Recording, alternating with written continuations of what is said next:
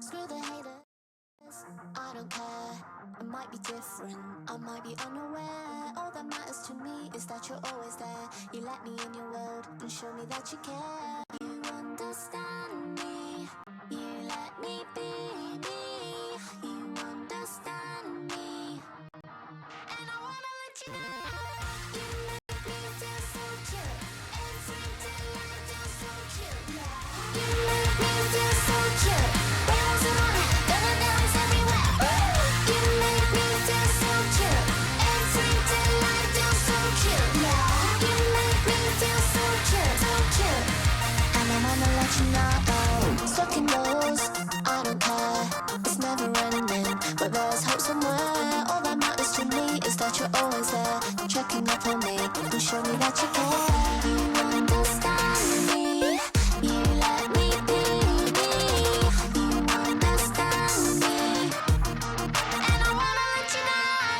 You make me feel so chill, every day I feel so chill. Although I like to think we have some pretty smart people, Gonna dance everywhere.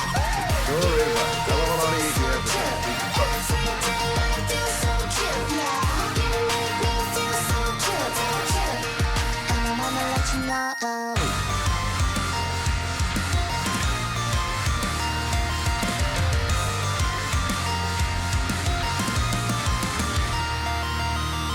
Wanna feel this all night long.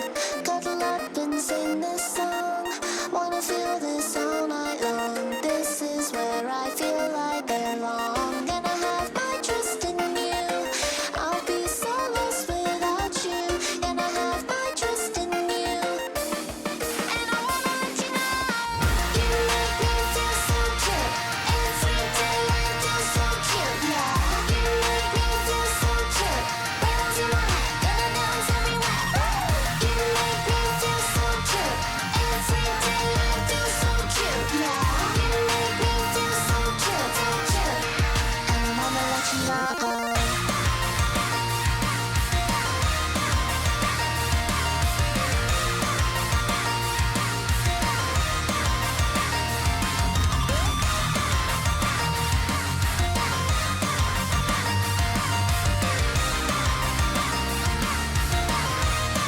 And I wanna let you know.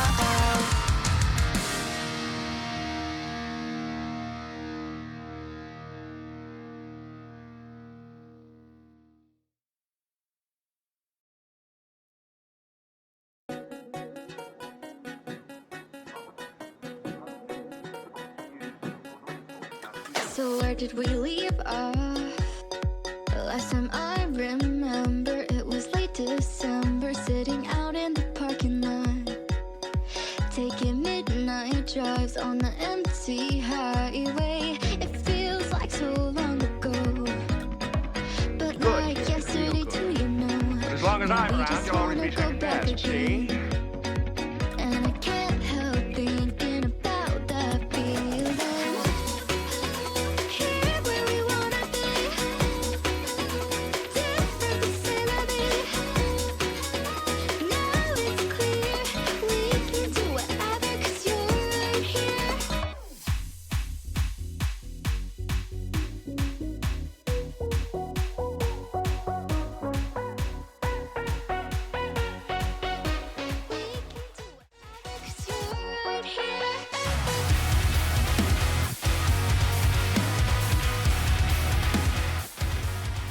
And what is hip? What is happening? How is everyone doing today?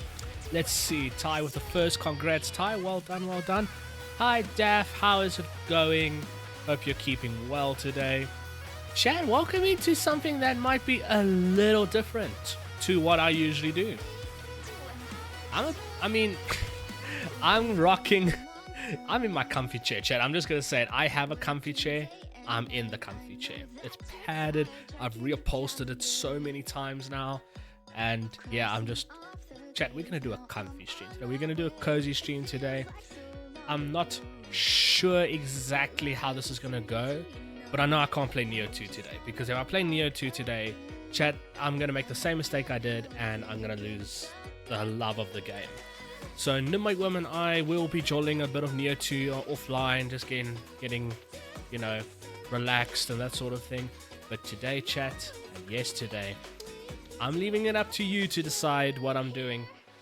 If it was up to me, I would be keen for just a chatting stream. Hello, Wimcoin. Hello, Daffy. I hope you're keeping well, Daff. Thank you so much for being here. Hello, Leah. Very interesting introduction to coming into stream. I'm not gonna lie, but welcome in, Leah. Thank you. Koi needs a cozy break. Exactly. I'm here for a cozy break. That's exactly it. And yeah, I was actually thinking what we could potentially do. You guys, we can chat. And I'm feeling, you know, maybe doing some Dungeons and Dragons prep while you guys are watching, and you guys can ask questions maybe.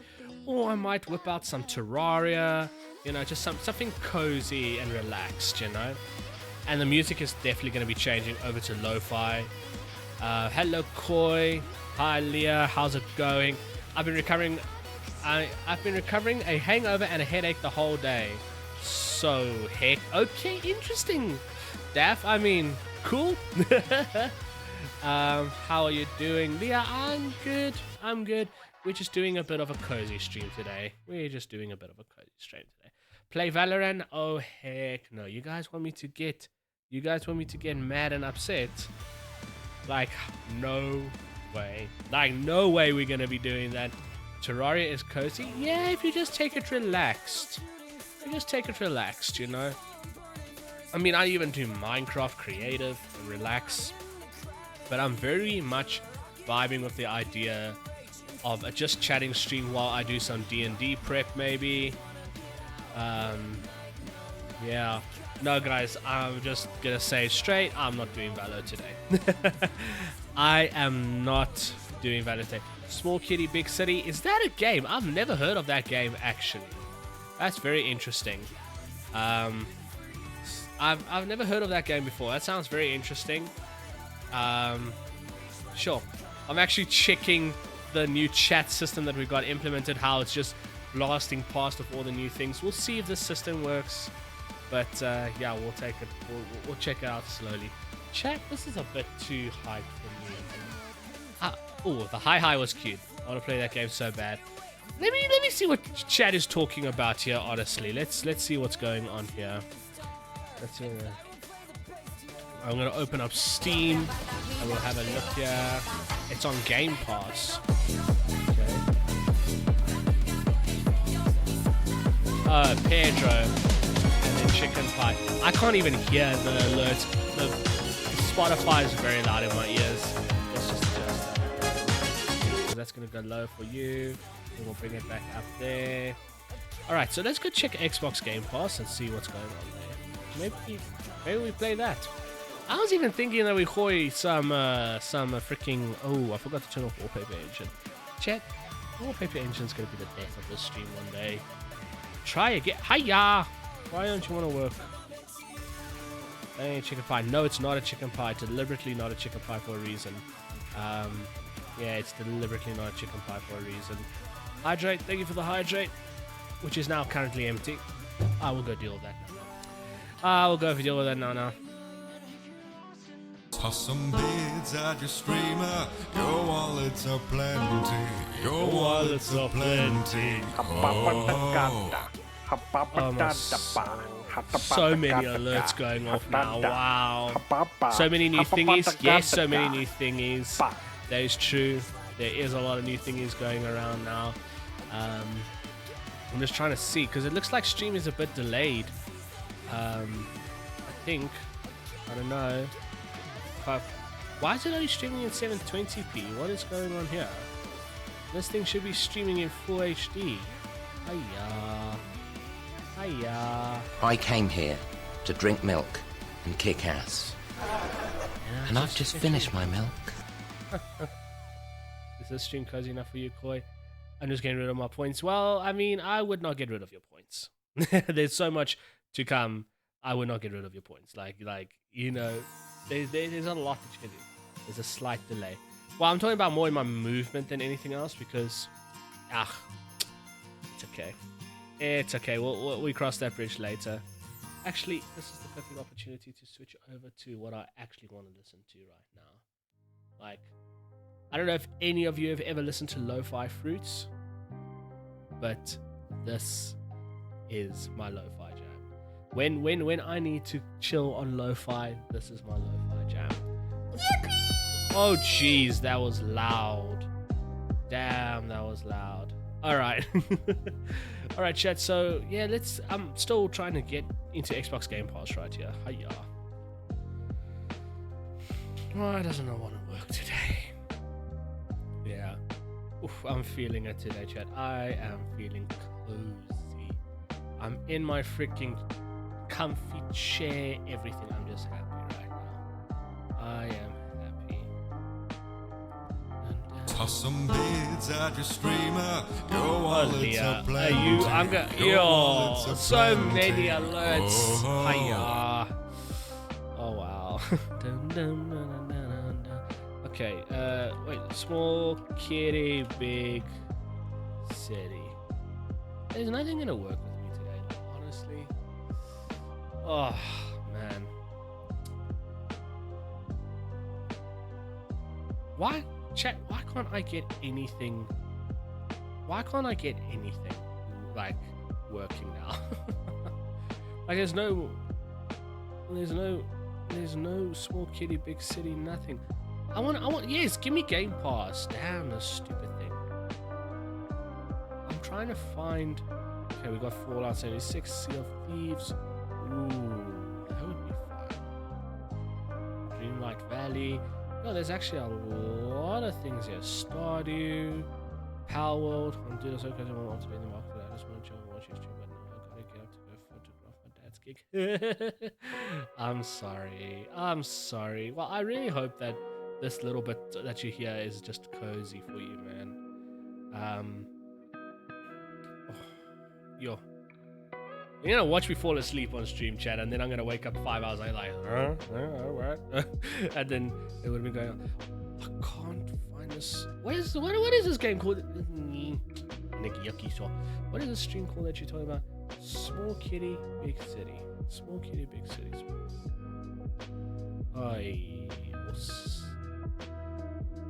You know what? Fuck it. I'm just. Okay. Oh, yo, hello. Sleep stream, no sleep stream. Hello, Daff. I heard that, Daff. All right. Oh, this looks so comfy. That's $23 on Steam. I know it's on the Xbox Game Pass. Before anybody says that again, I hear you. Oh, that actually looks so cute. That looks so cute. That would be such a vibe right now. That'd be such a vibe. Oh. I'm snoozing the freaking advert again. Sick. No adverts for my chat. I don't want adverts today. Although that's the last time I can snooze it. Oh crap! I need to wait.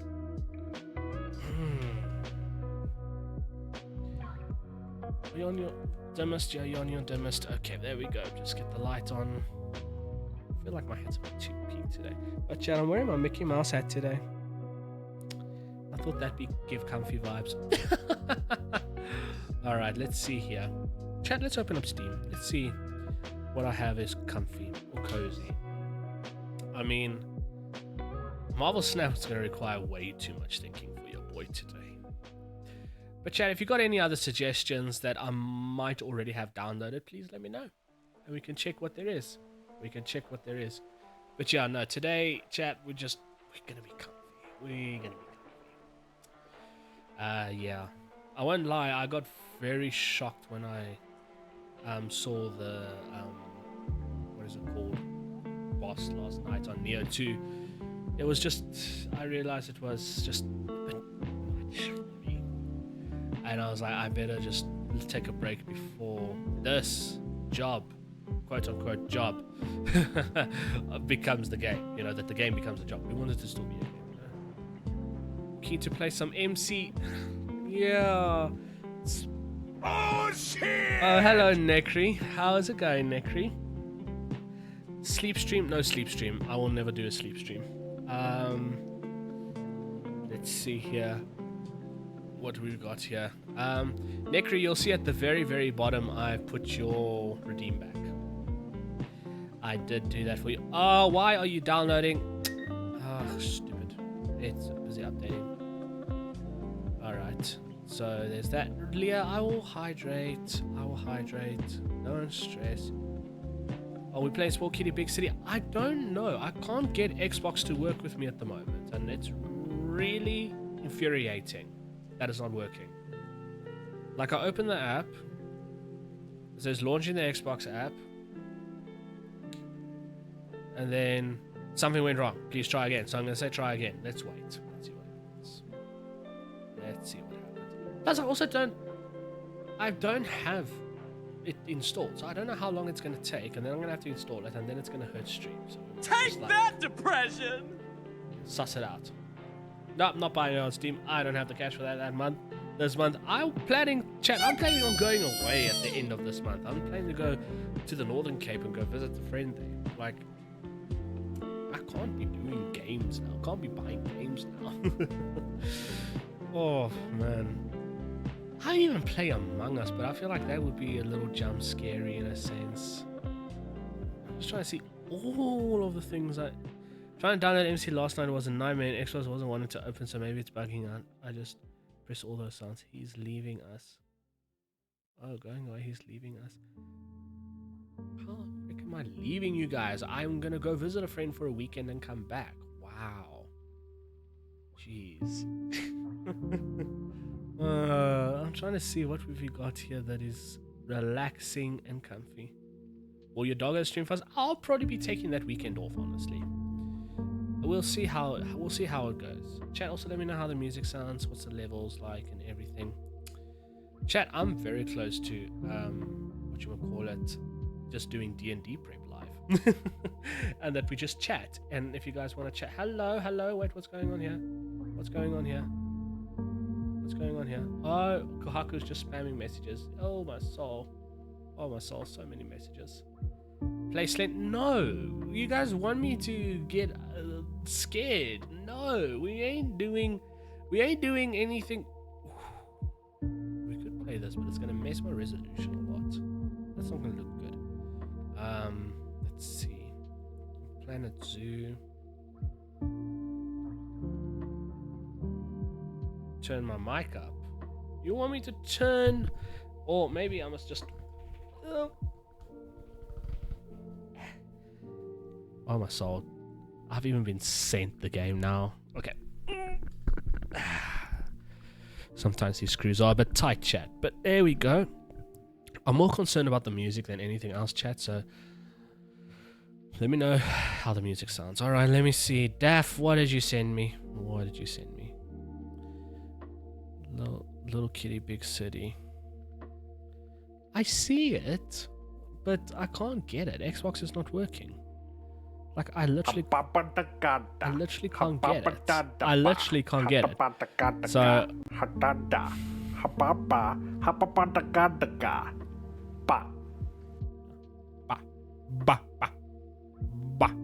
says Doja Wisdom. Okay, I see it here. I have Game Pass. You see, this is now being annoying. This is annoying me. Okay, that's better. Now I can hear you. I don't know if my hearing is good, but I couldn't hear you. Well, I mean, you're a metalhead, Ty, so you never know. You are a metalhead. Like, let's be real. All right. I can't get Little Kitty Big City to work for some reason. Like, this really looks so comfy, but I can't get it to work. Like, let's try this again. Maybe it works. And I mean, I'm trying to think. Music sounds like a chill. That's the whole vibe of the stream today. Like, I really want this to be a relaxed stream. I want you guys to relax with me. And chat, you guys can ask me anything in this stream today. I feel like being an open book today. I'm just chilled. Install the Xbox app. You see, now it's asking me to launch the Xbox app, but do you think it's going to work? I've been stuck on the opening screen for ages. Well, one of the reasons why I'm not a fan of the Xbox Game Pass is just sometimes just how it bugs out, but we'll remember that for next time. Maybe some Minecraft might not be a bad idea, chat. Maybe just a little bit of Minecraft. I mean, I was even thinking of going into my Discord server and having you guys come in. If you guys want to. Have you tried turning it off and on again?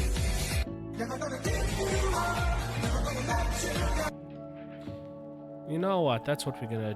I'm gonna open up the Discord chat. If you guys want to come and chat with me in the Discord, more than welcome to. There we go. Can one of my hey, what? Oh wait, no, hold on. Maybe not that.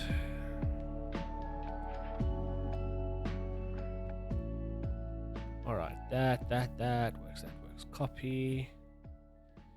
Okay, there we go, chat. If anybody wants to come and chill with me in the Discord, you are welcome to, and we can just chat on stream as well while I figure out what we're doing today. What I'll just do quickly is organize that Discord is ready in case somebody decides to join. Hello Mortimer, how are you doing, my guy? Welcome into one of the most relaxed streams you will ever be a part of. I am chillaxing today. We're not doing anything too crazy. Yeah, so guys, there we go. I've pinned it. You are welcome to hop in. Have you tried turning it off and on again? Drop kicks into chat. I love the fact that you just drop kick into chat. Mortimer, I really hope you're keeping well. Leah almost like chill, fam. I would hydrate. Let's have some Coke. Straight from the bottle for you. There's the hydrate. Oh, but Mortimer, how you doing? Can we actually do shoutouts? Ty, if you're still around, bro, let's do shoutouts. Wise, we have an ad break again. Hiya. Make sure you drink your water. Why are you now coming at me about water? I was talking to you about water not too long ago. Nah, it's cold here. Frustrated, we've got some new Cat 6 scales and they're locked at 100 megabit. The Cat 5 is getting 500. Wait, how? Dude, what? Are you sure then you got Cat 6, my man? That doesn't sound right. That really doesn't sound right. But Mortimer, if you want to come tell me about it in Discord, you're welcome to, man. You're welcome to. You're welcome to. All right, let's have a look at the.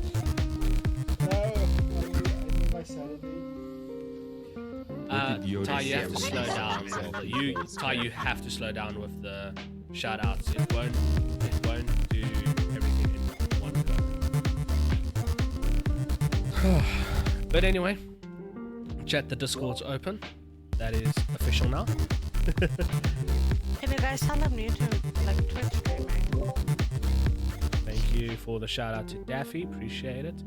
Yeah, so if you guys want to, there is a channel in the announcement area called Waiting to Join Stream, and then I'll drag you into the stream chat, so you're welcome. They marked as Cat 6 on the physical cable, but no, I thought I did it slow enough. No, you have to be very slow. I need to figure out how to put cooldown on Soj. No, bad clips. Bad clips.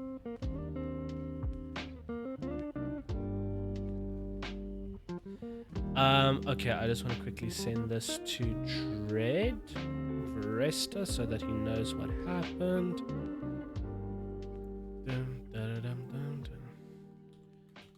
Bot response. Okay, I'm just quickly doing that. Alright, no stress. Wait, did it play something with my shout out? No, it did not, because the system that I use that shows the shout out doesn't work all the time. I find it very no bad clips. Oh, you don't want those clips showing. So Mort, I'm trying to figure out Mortimer. You said that what is it called? You got Cat 6, but it's not working. Ooh, I think we got somebody who wants to come say hello. Let me quickly make sure I can give this person. Oh, they automatically get the role. I forgot I did that. Yes, I know. I know. Hello, Daffy. Oh, hello, I'm Queen. Hello, how are you? I'm good. Good, guys. Welcome Daffodale to the stream. How's it going, Daffy? Hi, Dad. Good. Yeah, it's just gonna be cozy today, Daff. I'm trying to get Little Kitty Big City, but it's not working. Xbox Game Passes are not working. Dude, it's so cute. Dude, it looks like such a comfy game. Honestly, I'm like not even gonna deny it. My sister like played it on her stream, and I wasn't paying attention, but she told me about it last night. You can collect like little hats and like do little like activities for other animals. That is so And- cute, actually. And apparently, like the mother goose or something lost her chicks, and you can't bring them back one for one. So at the end, you have like 12 little ducklings following you. That is just so cute, man. That is so cute. I know. Mortimer, just to reply to your comment there, I'm sorry, man. Like, I don't know what's going on there. But I mean, if it's 40 meters, bro, I'll check what outdoor Cat 6 I have here. You guys are welcome to maybe pick up if I have 40 meters worth. I'm just gonna go check. I feel like I've got like 200 meters, but they might just be all in snippets from past jobs. So I'll check for you. Loving the cozy vibes. Yeah, Ty, it's so cozy, honestly. And now we got a friend here, which makes it even cozier, honestly. I ain't gonna lie. Screams lyrics, living La Vida Loca, Leah. Yeah. So, Daph, when are we seeing you do the quarry again, eh? So about the quarry. You killed Brenda, didn't you? I didn't. I'm just not finishing it on stream. Oh, I get you. Oh, hold on. like- Who's here? Hello, Mr. Coin. Hello, Scooby. Ty, give Scooby a shout out. Scooby, thank you very much. Mods are on it. I love it. Scooby, we are chilling in Discord, just having cozy vibes today, like just a cozy stream. If you want to come chat with Daff and myself, you are welcome to. And anyone else, the Discord link is valid for the next 6 hours. You guys are welcome to come say hi. Sorry. So you said you're gonna finish it off stream. Yeah, I'm finishing it off stream. That's why I messaged you the other day as well, because I did some exploring of the police station with the blonde girl. I don't know what her name is. Yeah. But you weren't available. So would you available again? I'll stream it in Discord while I finish it. That's cool. And Scooby says hi. Scooby, why don't you come say hi? Hiya. Come say hi. Don't be rude. No, I'm joking. Scoob can never be rude. Scoob is a doll. Let me see. I might join later in Discord as well. Leon's up to you. You're welcome to. Mortimer, yet didn't kill them yet. But yeah, no. Chat. I don't know. I'm vibing with what we're doing right now. I'm just vibing. We got freaking lo-fi going. We got some amazing people in chat, amazing peeps in the Discord. What more could we ask for, chat? It's me. I'm the cool people in Discord. But now we need to figure out: do we play a cozy game, or do I do my Dungeons and Dragons prep and you guys can mock me for being a nerd? It's completely up to you. Valo. I'm not playing Valor. Valor is so stressful, Daff. Valo. No, why Valor? Hiya, Valor. Comfy game, Valo. Comfy game, Valo. Valor is not a comfy game. Like, are you mad? It's actually a harder game. Yeah, exactly. I wish I could join, but I definitely don't feel famous enough to be in this exclusive club. I look up to you guys so much. It's like having the popular kids ask me to sit at their table during lunch. Oh my god, we're the popular kids. Ty, if you don't get your butt in here now, we're gonna have problems. Since when are we the cool kids, Coin? Since always. Oh my soul. Okay, whoa. Chat wants me to do Dungeons and Dragons. Wow, chat wants me to do Dungeons and Dragons prep live. Scooby! Hello, Scooby! Hi. Hi, Scoob. Hello, Hi, Scooby. Hi, Scoob. Let's actually give you guys the appropriate roles here. What is boo? What is... He doesn't want to play the game because his Xbox Game Pass is stupid. I can't play Little Kitty Big City. It's not working. I can't. I know. Why your are you Xbox is saying being boo? stupid. How is this my fault? What is wrong with? Okay, whoa. What is wrong with What are Dungeons you and doing? Are you doing Dragons? character prep? No, I'm actually doing campaign prep. Ooh, no. So I'm actually hosting. I'm hosting a campaign real soon. So chat, let's actually start this. I'm gonna move What's over. the campaign? Let me just quickly get the display working. Oh, wrong screen. Ooh, whoopsies. There we go. All right, there we go, chat. Just You. woke up from a nap. I'm sorry, Scooby. How was your nap though? I didn't want to wake up. I'm Oh. keep on napping. Well, I took a nap as well, but for different reasons.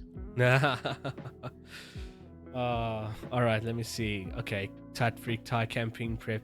Yes, please, I want to see the vibe Koi showing his secrets. Oh, my soul. I must actually make sure that Valenta's Gaming and all those peeps don't see this, because just now I might expose what they're going to be exposed to. But yeah, no, chat, I think we will slowly do some campaign prep today.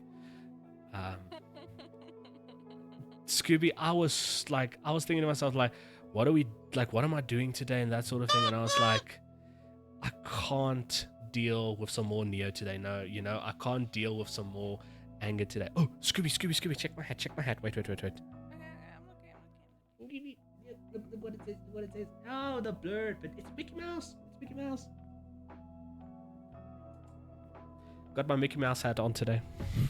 Okay, hold on. I have to wait for it to see. Lucy, how's it going, Lucy? I have to wait till I see what stream popped up. No stress. Okay. No stress. I'm all the way from Disneyland. Oh, that's cute. I love it so much. How's it going, Lucy? Hope you're keeping well. Welcome to the cozy stream where we are just doing some prep today for You guys might campaign. hear Scooby snore. Who knows? That's okay. Oh wow. Is it literally because of the fact that I'm doing that D&D prep, huh? No. Okay, no, to be fair, okay. I have always wanted to try D&D. I just think I don't have the mental capacity for it. I mean, I keep starting on campaigns, and the campaigns die or I lose interest. I hear what you guys saying.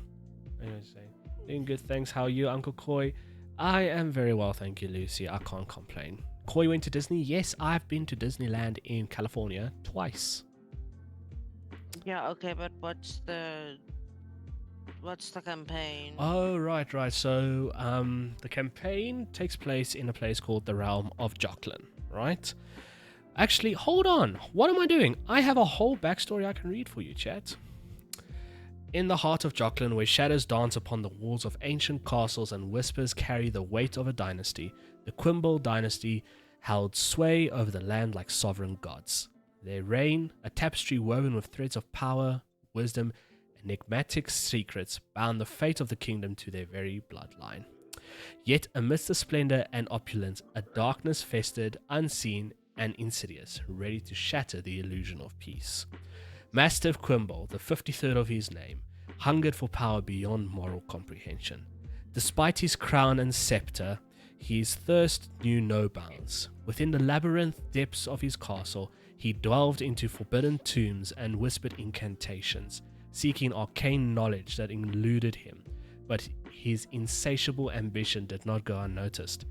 In the hidden corners of the realm, whispers of dissent coalesced into a tempest of rebellion. The people, wary of their monarch's lust for supremacy, rose in defiance, their voices echoing through the streets like the toll of funeral bells. Effigies burned, bearing the name of the royal family, while cries for justice turned to thunderous clamor. Undeterred by the outcry of his subjects, King Mastiff wielded his power with an iron fist, his resolve unyielding against the tide of dissent. But the flames of rebellion, fueled by righteous fury, could not be quenched by mere force. And so, on a night shrouded in darkness, the castle walls trembled as the rebellion stormed its gates. Blood flowed like rivers, mingling with the cries of the fallen and the roar of flames that consumed the once proud fortress. Loyalty shattered like glass as the rebellion's ranks swelled, drawing even the castle's own defenders into the fray. In chaos, the royal family, their grip on power slipping like sand through their fingers, fled into the night. Thus, Jocelyn fractured beneath the weight of its own upheaval. The once unified kingdom splintered into 3 distinct realms ruling together under one democracy. Moaz, or Moza, with its scholars and sorcerers, delved into the mysteries of ancient lore. Yukos, the industrial heartland, fueled the realm's economy with its abundance of resources, and Bozan, stalwart guardians of the realm, stood as a bulwark against external threats. Yet, as the new order took root and the flames of rebellion waned, a new darkness crept forth from the shadows. Murders, cold and calculated, stained the streets of Jocelyn, their victims bearing the mark of an unknown malevolence. Investigations led to whispers of clandestine organization, cloaked in secrecy and death, known only as the Abyssal Legion. And as fear gripped the hearts of the realm's bravest, the true extent of this darkness remained shrouded in uncertainty, like a veil drawn over the eyes of the Forsaken. And that, chat, is the backstory of the realm of Jocelyn. Sorry, that got dark. Alright, let me catch up on chat quickly.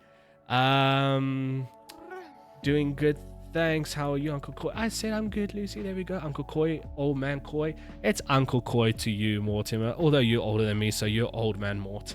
That California? Okay. So yeah, I got family up there in crap. What is just outside? Just outside San Francisco. Let's just say it like that. San Jose. There we go. Okay, Mr. Fancy, how was Cali? The only reason I want to go to Cali is so I can go to San Diego and be in the birthplace of Pierce the Veil. Wow. Did you write this yourself? I love it so much. This is amazing. I had a little bit of help from AI just to change 1 or 2 things because I have a tendency of repeating words very quickly. So I did that. This makes me want to get writing campaigns again. Mortimer, so what? Novel when? This is a 5-book series, right? No, it's not. That was a lot of reading, but well done. Thank you, Lucy. With 3-book spin-off of the tragic history of character, right? That was beautiful. Netflix writing the spin-off series, right? Wow, guys, chill. But yeah, so chat, you guys can then actually see here. I'll show you Jocelyn. This is Jocelyn here.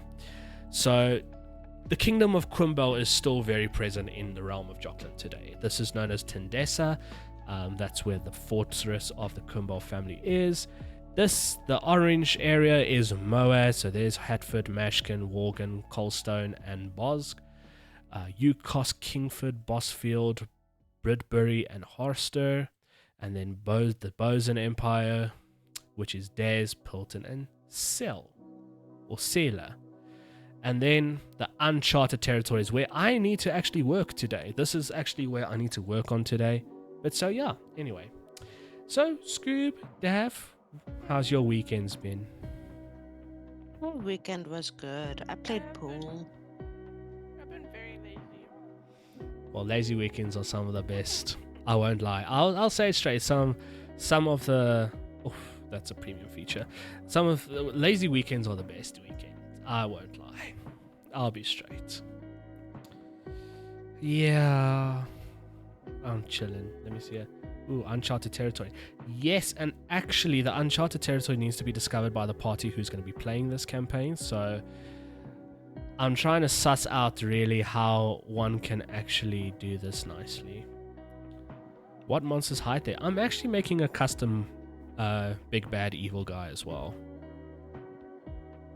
So yeah. But yeah, not really what much else to say. I'm chilling, guys. I'm chilling. Chat, you can ask me anything. Scoob, Daff, if you guys want to ask me anything, you guys can ask me anything as well. Like, this is... So wait, what do you have planned for the Uncharted? So, the players have to discover this area. They have to go and do it themselves, and I will then... may I ask, is this part of a D&D story? Yes, Lucy, I am writing my own D&D story. Okay, but I mean, yeah. like, what's the story behind the Uncharted? So let me make sure that let me make sure that the persons who's not supposed to know about this are okay. They're not in chat. All right. So Like, that's why this is also like my thing, because now you're doing like campaign prep. What if one of the players comes in? honestly, like, I'm not too phased if they see me making the cities, but I'll quickly tell you about this area. The big bad evil guy lives in this area, right? A lot of the so this whole area here, they will find camps, temples, ruins, a whole bunch of things that will hint towards the fact of, okay, there's an evil presence that actually lives here. So they will have to, essentially the whole point, there is a story behind it. It's in my head, right? But like I need to jot it down nicely. But the whole idea is the characters will create themselves. So I've already got one. I've got a satire who was born in Bossk. Well, not born in Bossk, he was teleported into Bossk. Long story short, it's a Fae character, so the Fae comes from the Fae realm and then was teleported into Bossk because Bossk is the capital of the magic area. But anyway, so the characters have to place themselves in this city, okay? Lol, sorry if you reveal too much. I haven't revealed too much yet, Lucy, don't stress. Medallia was a nice map. It was. I cannot deny that. So basically what's happening here is all the characters will be placing themselves. So like for argument's sake, if a character had to place themselves in... And Daff just did a toothless meme.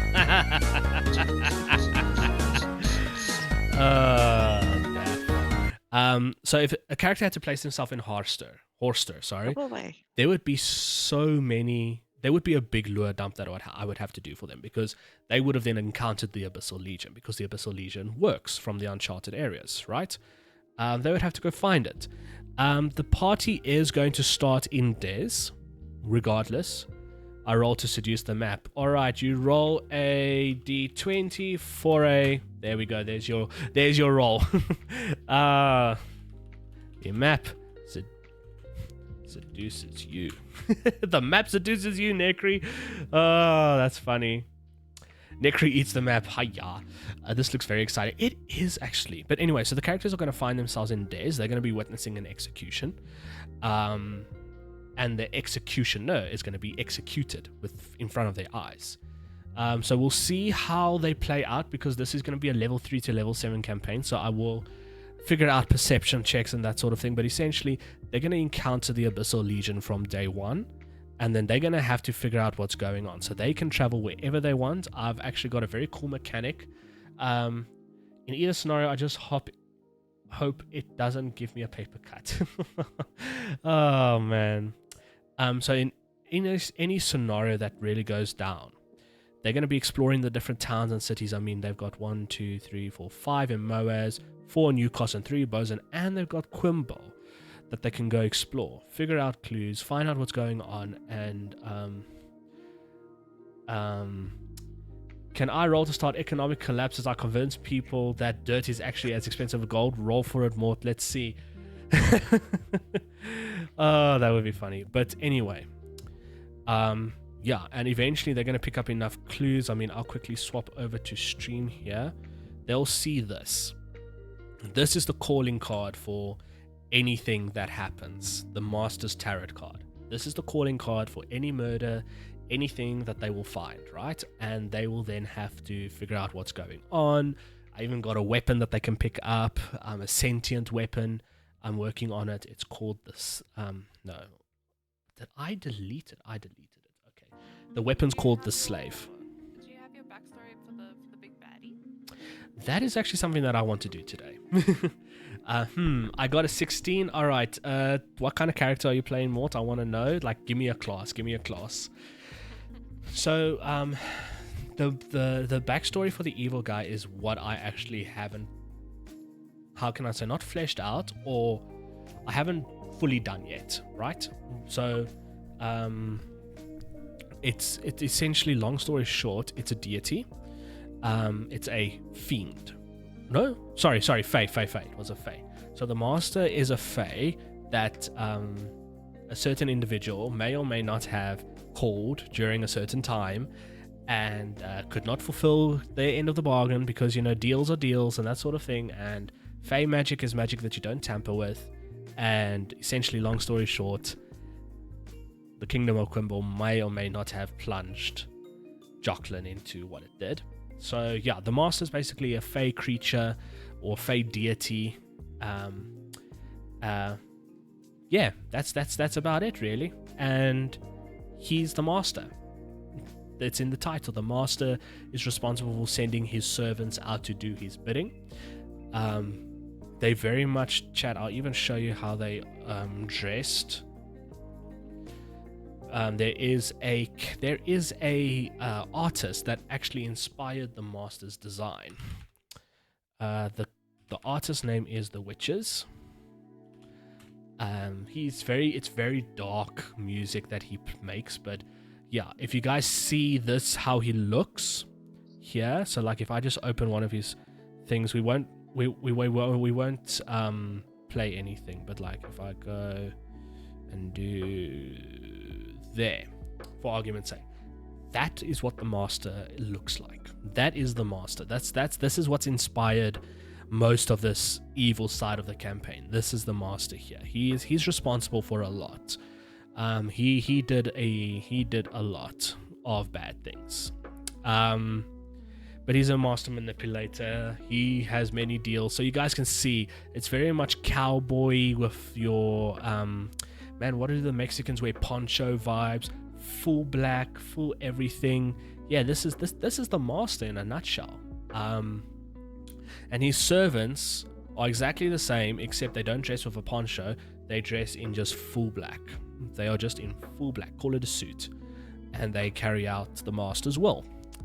And I have not said this to any of the players yet, but oh wait, I need to reply here. Hexblade Warlock was thinking of going great old one, but Hexblade is always the fave. Of course, Hexblade Warlock is like the most popular one.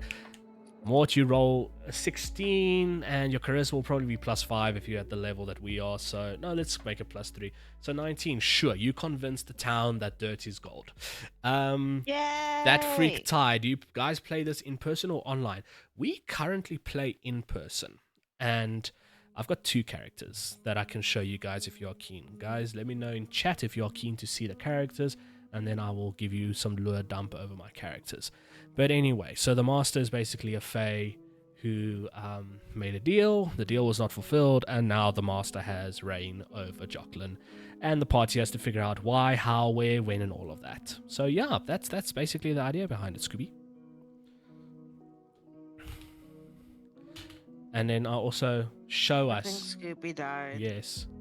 Scooby muted. Too much info. I think Scooby muted.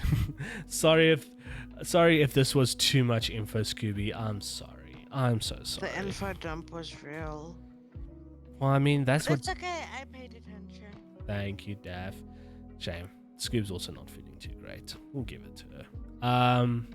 Alright, chat. So you guys are going to be introduced to the 2 characters now that you've asked so nicely. Rule number 1. What's rule number 1, Mort?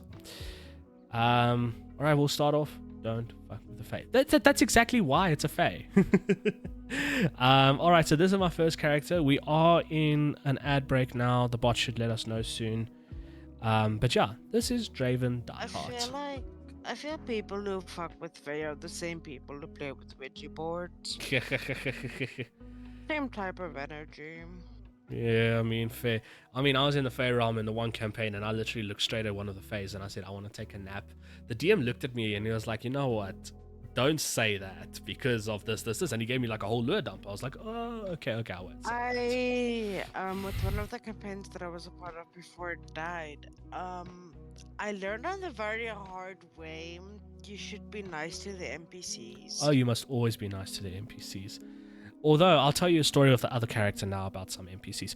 But anyway, Chad, this is Draven Diehard. Draven Diehard was a thief by birth. His family comes as a realm of thieves, or a family of thieves. He learned everything from his dad, who unfortunately died by the hand of mind flayers in his world. And yeah, it was actually quite a little bit of a sad backstory. And he then, through Mind Flayer colonies, got teleported into the world where he found Zormir, Griswold, and our very recently deceased May Floydweather, who died at our hand, which I'll explain now. Yeah, and he's been a rogue the whole time, and Escrow, one of the devils in this campaign, tried to make a deal with him the whole time, and he could not get Draven to make a deal, and Draven continuously refused. So, I'm just zooming in here so you guys can see, that's where the Paladin comes from. Because an angel appeared to Draven and said, well done, you didn't make a deal, I'll give you power. And it was like, okay, fine, as a Paladin. So I am now a 12th level rogue with a 6th level Paladin, so level 18 character. I've got some pretty nasty skills. I roll 3d20s on advantage for my longsword attacks and that sort of thing. So yeah, this is quite the formidable character. I can easily deal in one turn about, I would say, maybe 60-70 points of damage if the dice are in my favor. If the dice are not in my favor, yeah, go for it. Can I say something? Go for it. Ha, nerd. Ha, nerd. You also play the game. Yeah, I know. That's why it's funny. I'm gonna That's go what I'm try about. my luck at some Valor Cop. You good, Scooby? Oh my god, Val. Sorry if the lure dump was a lot for you, Scooby. No. See, okay, so I like to write a lot, Yeah. but I never I only write I write a lot of scenes, but I can never connect the scenes together. So Oh, I see. I wanted to give an idea. Go for it. Say, Go for it. but No. it's your story. No, but you're welcome to. Tell you what, Scooby, why don't you DM me your idea, and then I'll take it from there. I mean, I'm very open to this. I mean, you see today's vibes for stream. I'm really super chilled. I don't mind. If you really want to give input, you're welcome to. I mean, I'd love it. I'm just wondering, don't you want to conflict your players a little bit? Oh no, trust me, there is confliction. No, give them a baddie that for some might not actually really be a baddie. Oh, trust me, there's 1, 2, 3 of those. Oh, damn it. No, so actually, before you bounce, Scooby, let me tell you a story real quick. There was in this character that I'm now showing on stream, right? So let me quickly zoom in here, chat. This character's name is Brogfror, Hemomancer, Blood Magic, Blood Hunter, created by amazing Dungeon Master Matt Mercer. Blood Hunter 8 Fighter 3, we're level 11 in this campaign, and we were resting in a bar the one day. And we were approached by what's the word I'm looking for? Apprentice. Let's call it an apprentice. The NPC was an apprentice and came to sit at our table, say, hey, I'm an apprentice wizard, how's it going, etc, etc, etc. And long story short, I rolled chat, forgive the follower things at the top. I think when I was testing, the names changed. But anyway, when he was sitting at the table, I said to the Dungeon Master, I said, listen here, I would like to roll Arcana because I believe he's not telling full truth in what he's saying. And the Dungeon Master looked at me. He knew what was going on. And he was like, sure. And I rolled a natural 20. And I immediately had the Dungeon Master then said to me, this character houses magic that he's not supposed to have. So I then said, okay, my character jumps across the table, pins him to the floor, and rips off his shirt. And the whole time was like, oh, you gay, you're about to do that. It's Dungeons and Dragons, man. The guys, we go but nuts. We tease each other the whole time. But on ripping his shirt off, I found a ruin that belonged to the BBEG. So this guy came to our table, and he was so friendly, so kind, and I immediately sensed something was wrong because of my role, because my character is very magic based, and the good guy turned out to be a bad guy. It's not exactly, Scoop, I know it might not be exactly what you're thinking of, and I get what you're thinking of, but that's the closest that we've experienced within the campaign so far. Oh, no. There was also one detail I forgot. That's also why I rolled the Arcana. It's because we also, in this campaign, we got something called a Mind Stone or a Hive Mind. And we are all part of a Hive Mind, thanks to this item. And we let this person into the Hive Mind, and so letting in the BBEG into our mind. So he knows our names, he knows what we do, how we do, except everything, right? And that's when I said I want to roll Arcana on him. Because as soon as I knew that as soon as our Hive Mind said, listen, this is not right, we were like, okay, hold on, what's this guy doing? But anyway, so that's that story. But yeah, Brog Fro is a Hemomancer. I do a lot of blood magic, and to put it as the DM would put it, Numai is actually the Dungeon Master. I'm the fuckery character. I screw up everything. I can easily screw up a fight, and I can easily screw up his characters just with what I do. Let me see here. Wait, I need to try and do something small again. Writing or doodling and drawing again. Damn you, work for sucking my energy away. Mort, I hope you find the passion again. I can imagine this all happening. Making me laugh so hard. Oh yes, glyph of warding on an NPC? No, not a glyph of warding. It's a glyph. What was the glyph? It was actually a bomb. If I have to put it into normal layman's terms, the glyph was a bomb that was on his chest, and I think our warlock dispelled it. That's actually kind of smart. It's almost as bad as the glyph of warding on every page in a large journal, with each glyph storing fireball. They're set to go off in sequence when someone opens the book. Wow, Mort, that is actually very clever. But anyway, Scooby, you want to go try some comps? No, wish me luck. I'm gonna cry. Scooby, we wish you luck. You are gonna kick ass, Scoob. If I do cry, I've got chocolate though. So I should be okay. You know what, Scooby? If you're still looking at stream, I'm sending you a big hug, Bluetooth hug. Don't cry. You are gonna kick ass, okay? Thank you. All right. Bye, my Thank you. Bye, Scooby. Love you. Bye. And that was Scooby Snoop, everybody. If you hear my dogs in the background, no, you don't. Doggos or doggos, we love doggos. So yeah, chat, those are my characters that I'm playing right now. And if you guys want to see one of my backup characters, I can show you quickly. Sorry, I really can nerd out very quickly when it comes to this side kind of thing.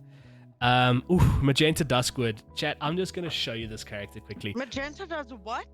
Magenta Dusk, like dawn, dusk, Yeah. wood. Oh, that's not at all what I heard. I'm glad, because that's how it's supposed to sound. It was a joke. It's a joke name. But anyway, chat, plus 15 deception, plus 15 intimidation, plus 10 investigation, plus 10 perception, plus 15 performance, plus 15 persuasion. Chat, I am the most manipulative bugger there is.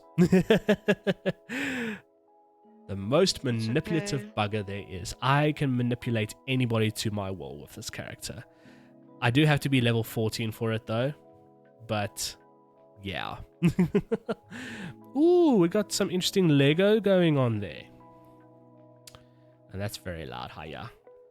We'll mute the tab. So yeah, that is the one character that I have played in a couple of one-shots. And then Dr. Amar Zarvin is actually the backup to Brog Frol. Because Brog Frol, I can already see my life has been nearly cut short very quickly with this character. Quite a few times.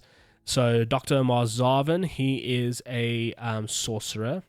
You're telling me you could look at the blue sky and tell me it's red and I believe you? Yes. That is magenta for you. That is magenta for you. I can tell you anything.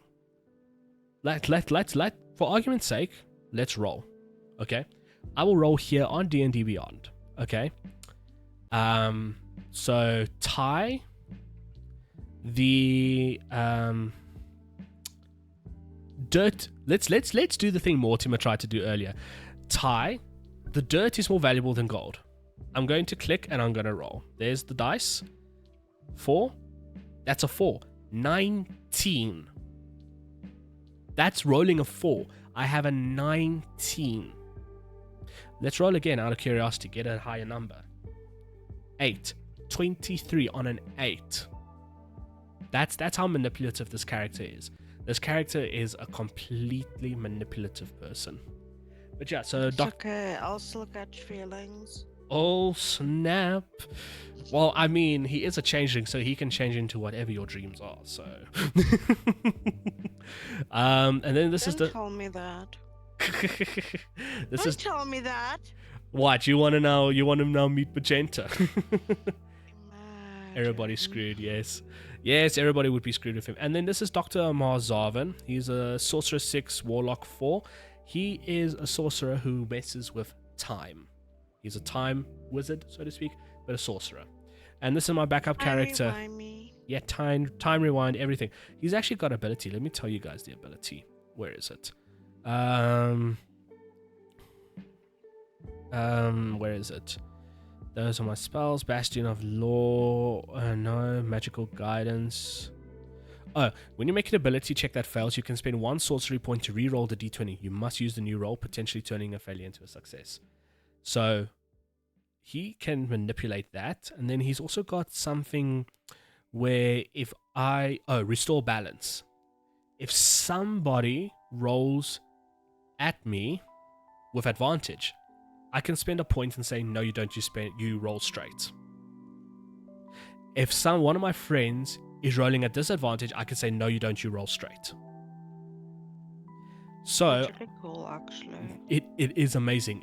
I would dare say it's close to Divination Wizard, where Divination Wizard, you roll 2d20s at the beginning of the session, keep those, and you can give that to anybody's d20 roll and say, nope, you use this roll instead. So it's very close to that, but I like this Clockwork Soul a little more. I think it's a lot nicer.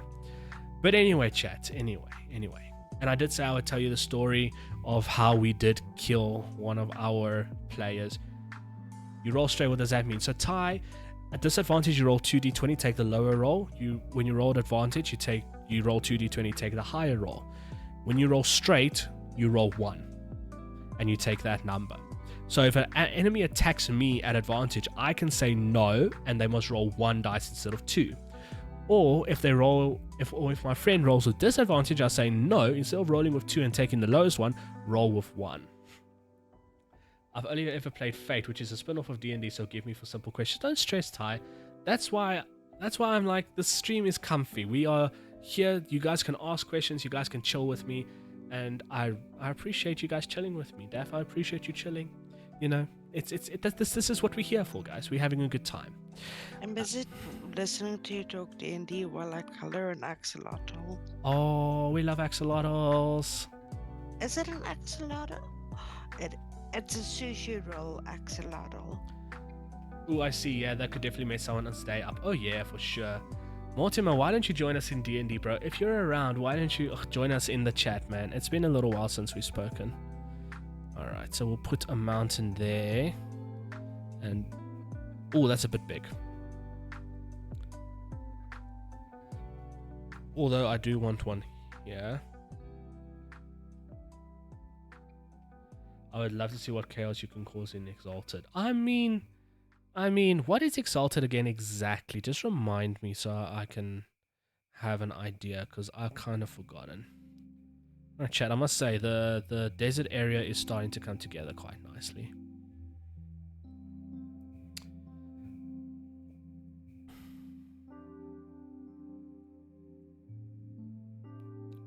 Honestly, I don't think I could have asked for a better stream today, chat. This is just so...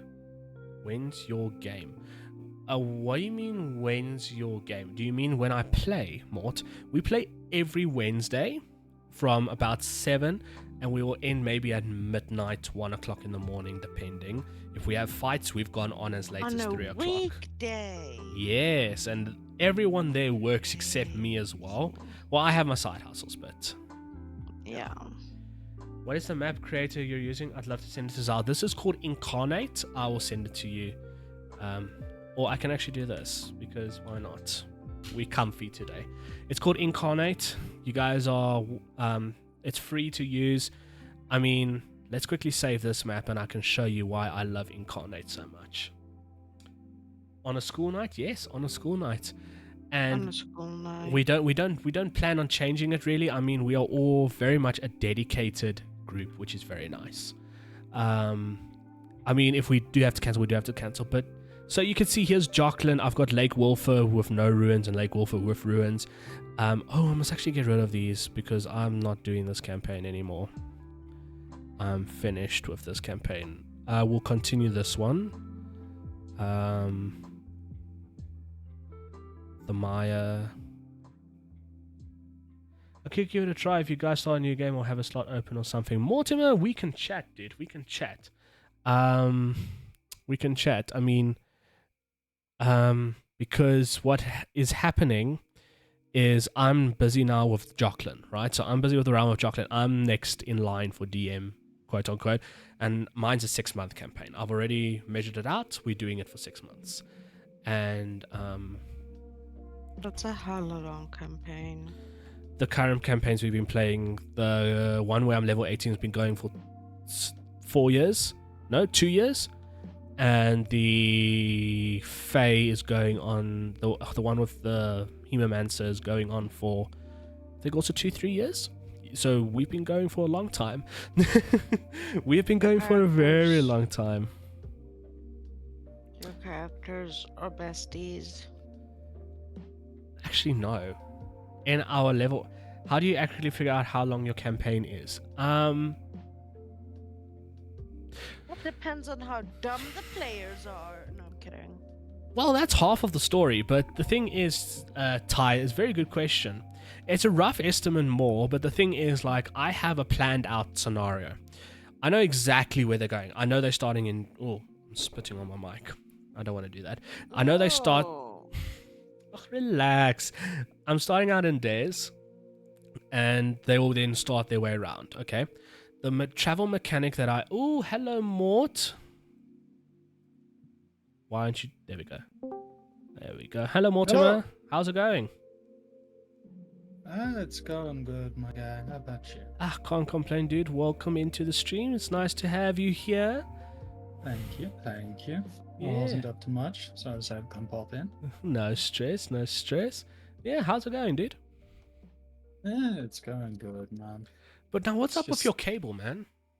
I don't know. I genuinely don't know. The Cat 5 cables in the house that's years old at this point are giving what I expect, but the Cat 6s that we bought and literally arrived yesterday, Yeah. 100. Just I don't know what's going on. But that's very weird. Like, if you don't mind me asking, where'd you order from? They came off of Take a Lot. Oh, okay. Yeah, they might just be bad cables from Take I'm a Lot. assuming, honestly. I just want to see here. Yeah, because Cat 6 is supported for gigabits. Yeah, 1 to 10 gigabit up to 100 meter. Mort, I don't know how much you guys paid, but here's a site if you want to check them out. I use them for my jobs. You can buy a 100 meter roll of Cat 6 for 350 Rand, but then you have to crimp it yourself. Do these... Are these the ones that you're using? Yeah, so I use their indoor cable, and then they have on this site Link Basic, which I then use. Daft, thank you for Pedro. Let me see here. Then okay, now that's over. Yeah, so I use them. I haven't had a problem with them. I've made countless cables with the Cat 6. So yeah, I haven't had a problem with them. And if you want to, there is another company I can recommend if you do really want to splurge and get yourself Cat 7. They'll cut it for you by the meter, and they're actually really not badly priced. I'll send you their website as well quickly. Quinn, I will be back in a little bit. No stress, Daffy. Appreciate you. Do I need to join the waiting channel, or do I have permission to join? You'll have to join the waiting channel. I will organize. Wow. I will organize permission later. Okay. Wow. I'll organize permission later. Okay.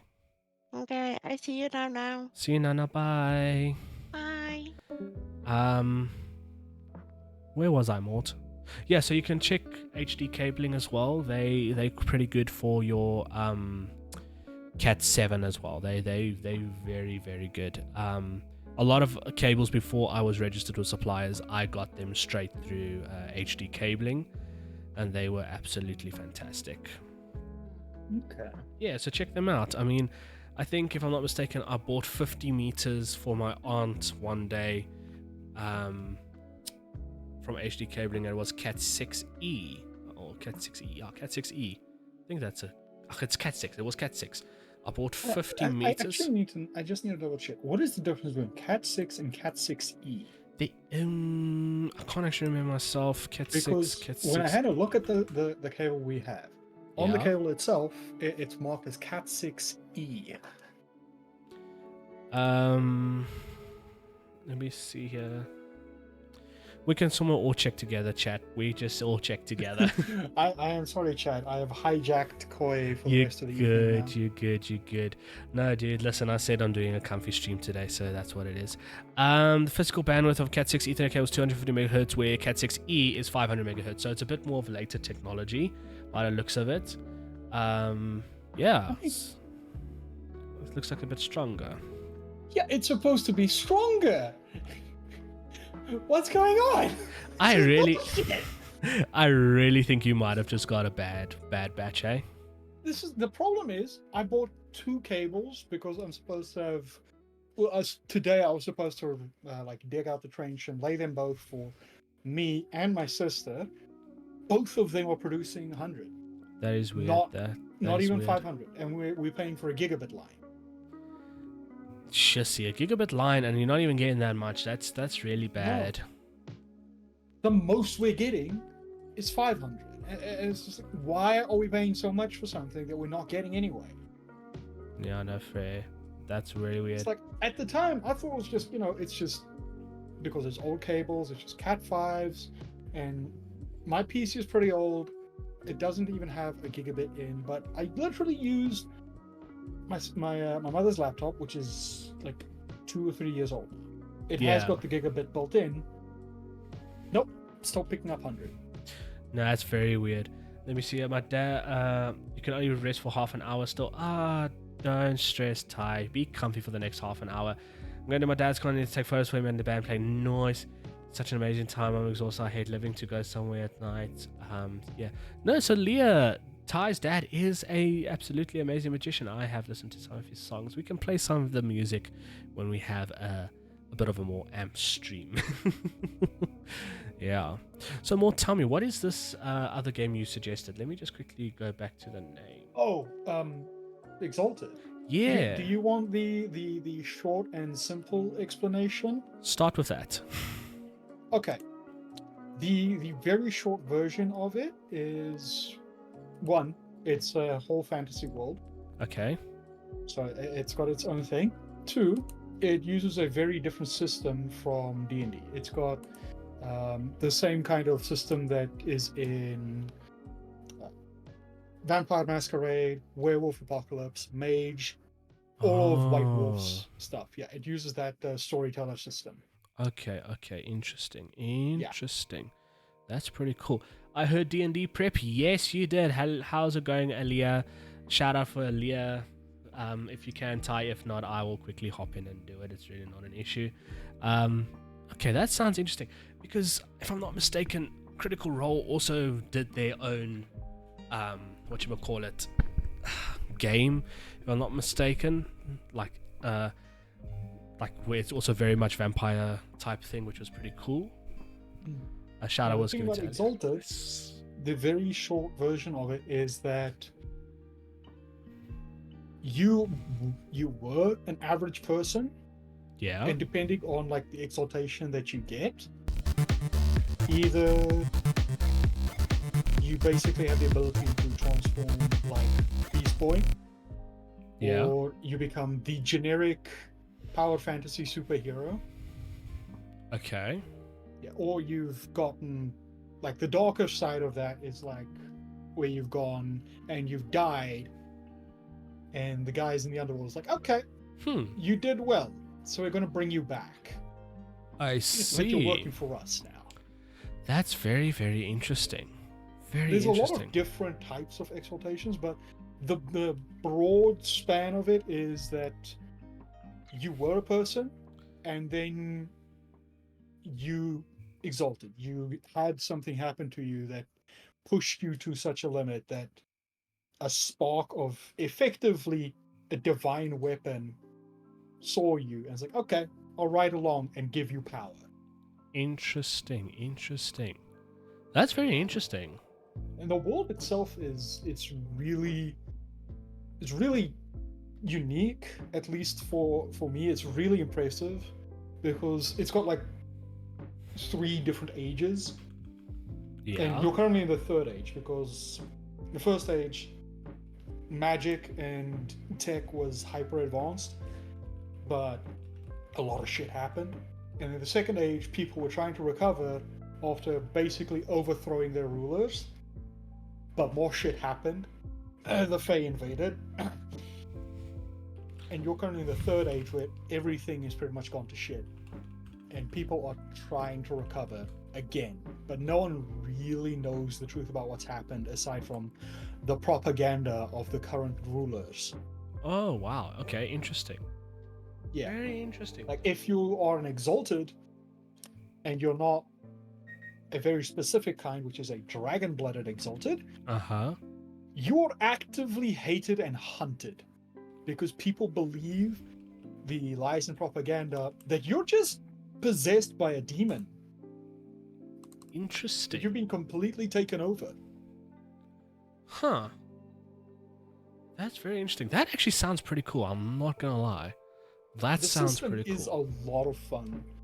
Like, just like the generic start exaltation is the Soul Edge, and that's the one that's actively hated and hunted down. But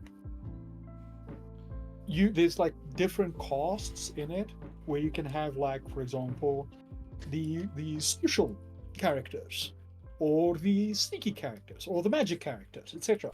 Yeah. You can have 2 social types and have them built entirely different. Okay. Very interesting. You get these things called charms, which is effectively just magic powers. And those affect how you do things radically different.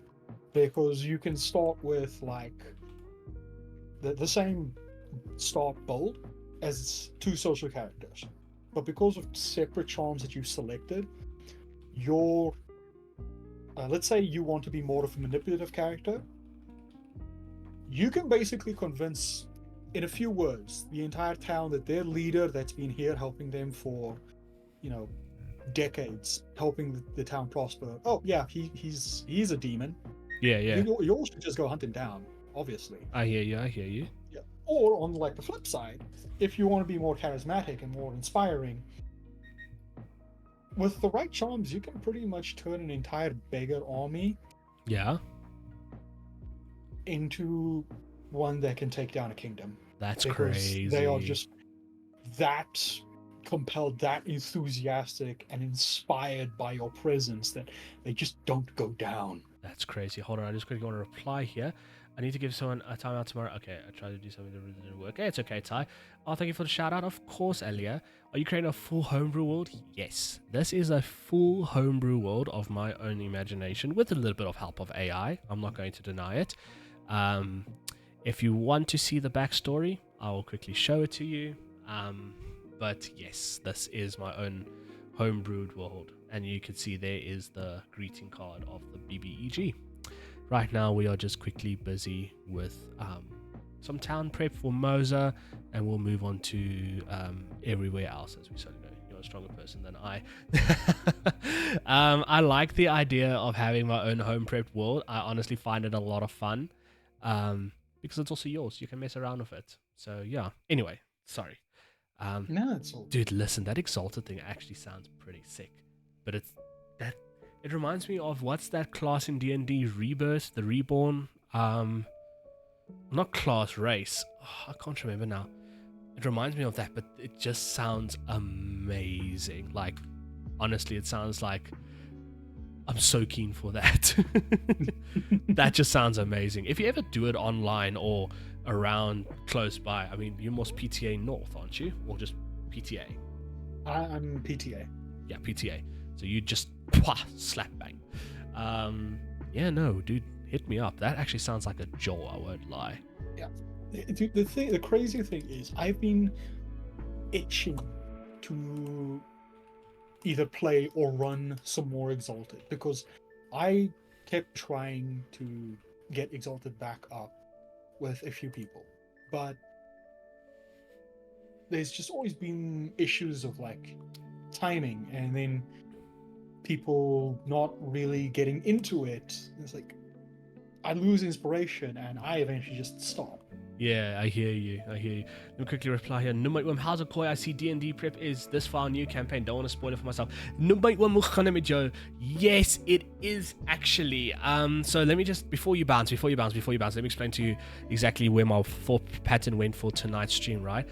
I was playing Neo 2 last night, and I really started feeling a bit upset towards the game towards the end, especially when I was fighting the big boss, because I was not prepared for it. I didn't feel it, and I was dying to enemies the whole time. So to protect myself from not rage quitting the game, I said tonight we are taking a break and we're going to relax, and I want you and I to play together again as well, so that I'm playing with friends and making it, it's still fun and that sort of thing, so that we don't ruin it for Twitch, but I also don't ruin it for myself. So then I thought to myself, today's going to be a very nice and cozy stream, and here we are. It just so happened that I was asking chat, what do we want to do tonight? Because I told them that I want to, thanks for the hydrate, Ty.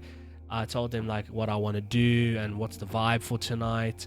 Minecraft, Terraria, cozy game, or I can do some Dungeons and Dragons prep live while chatting to you guys and all of that sort of thing. And chat voted for D&D prep, and here we are. We've got Mortimer joining us in Discord right here. We've had and we've also had some other people in, Daffodilia, Scooby Snoop. So yeah, we've just been chilling tonight. It's up to you if you want to stay in. I'm really not doing too much right now. It's more, you missed out the big secret. I actually made sure you weren't in chat when I said the big secret to chat. But yeah, basically all I'm doing is taking the map. We're taking Moza, and I'm populating Moza. So you're just going to see character names, and you're just going to see locations, that sort of thing. So it's completely up to you if you want to be here or not. Let me see. Ali Obscura, I've been too scared to try, but I found... Oh, wait, there's an advert. I will respond to Ali as soon as the ad is over. Dude, I love the Soj bot. I was trying to think here. It's Archmage. What did I call the Archmage? Chat, vote right now. Give me a name. Mort, if you want to give me a name for an Archmage as well, go for it. But chat, vote for a name in chat right now. Give me whatever you think would be a good idea. But so yeah, Numaium, that's where basically what's going on. So it's up to you if you would like to stay or not.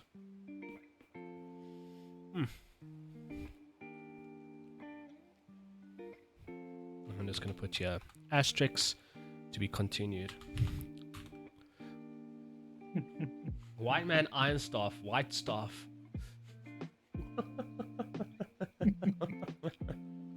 Wow.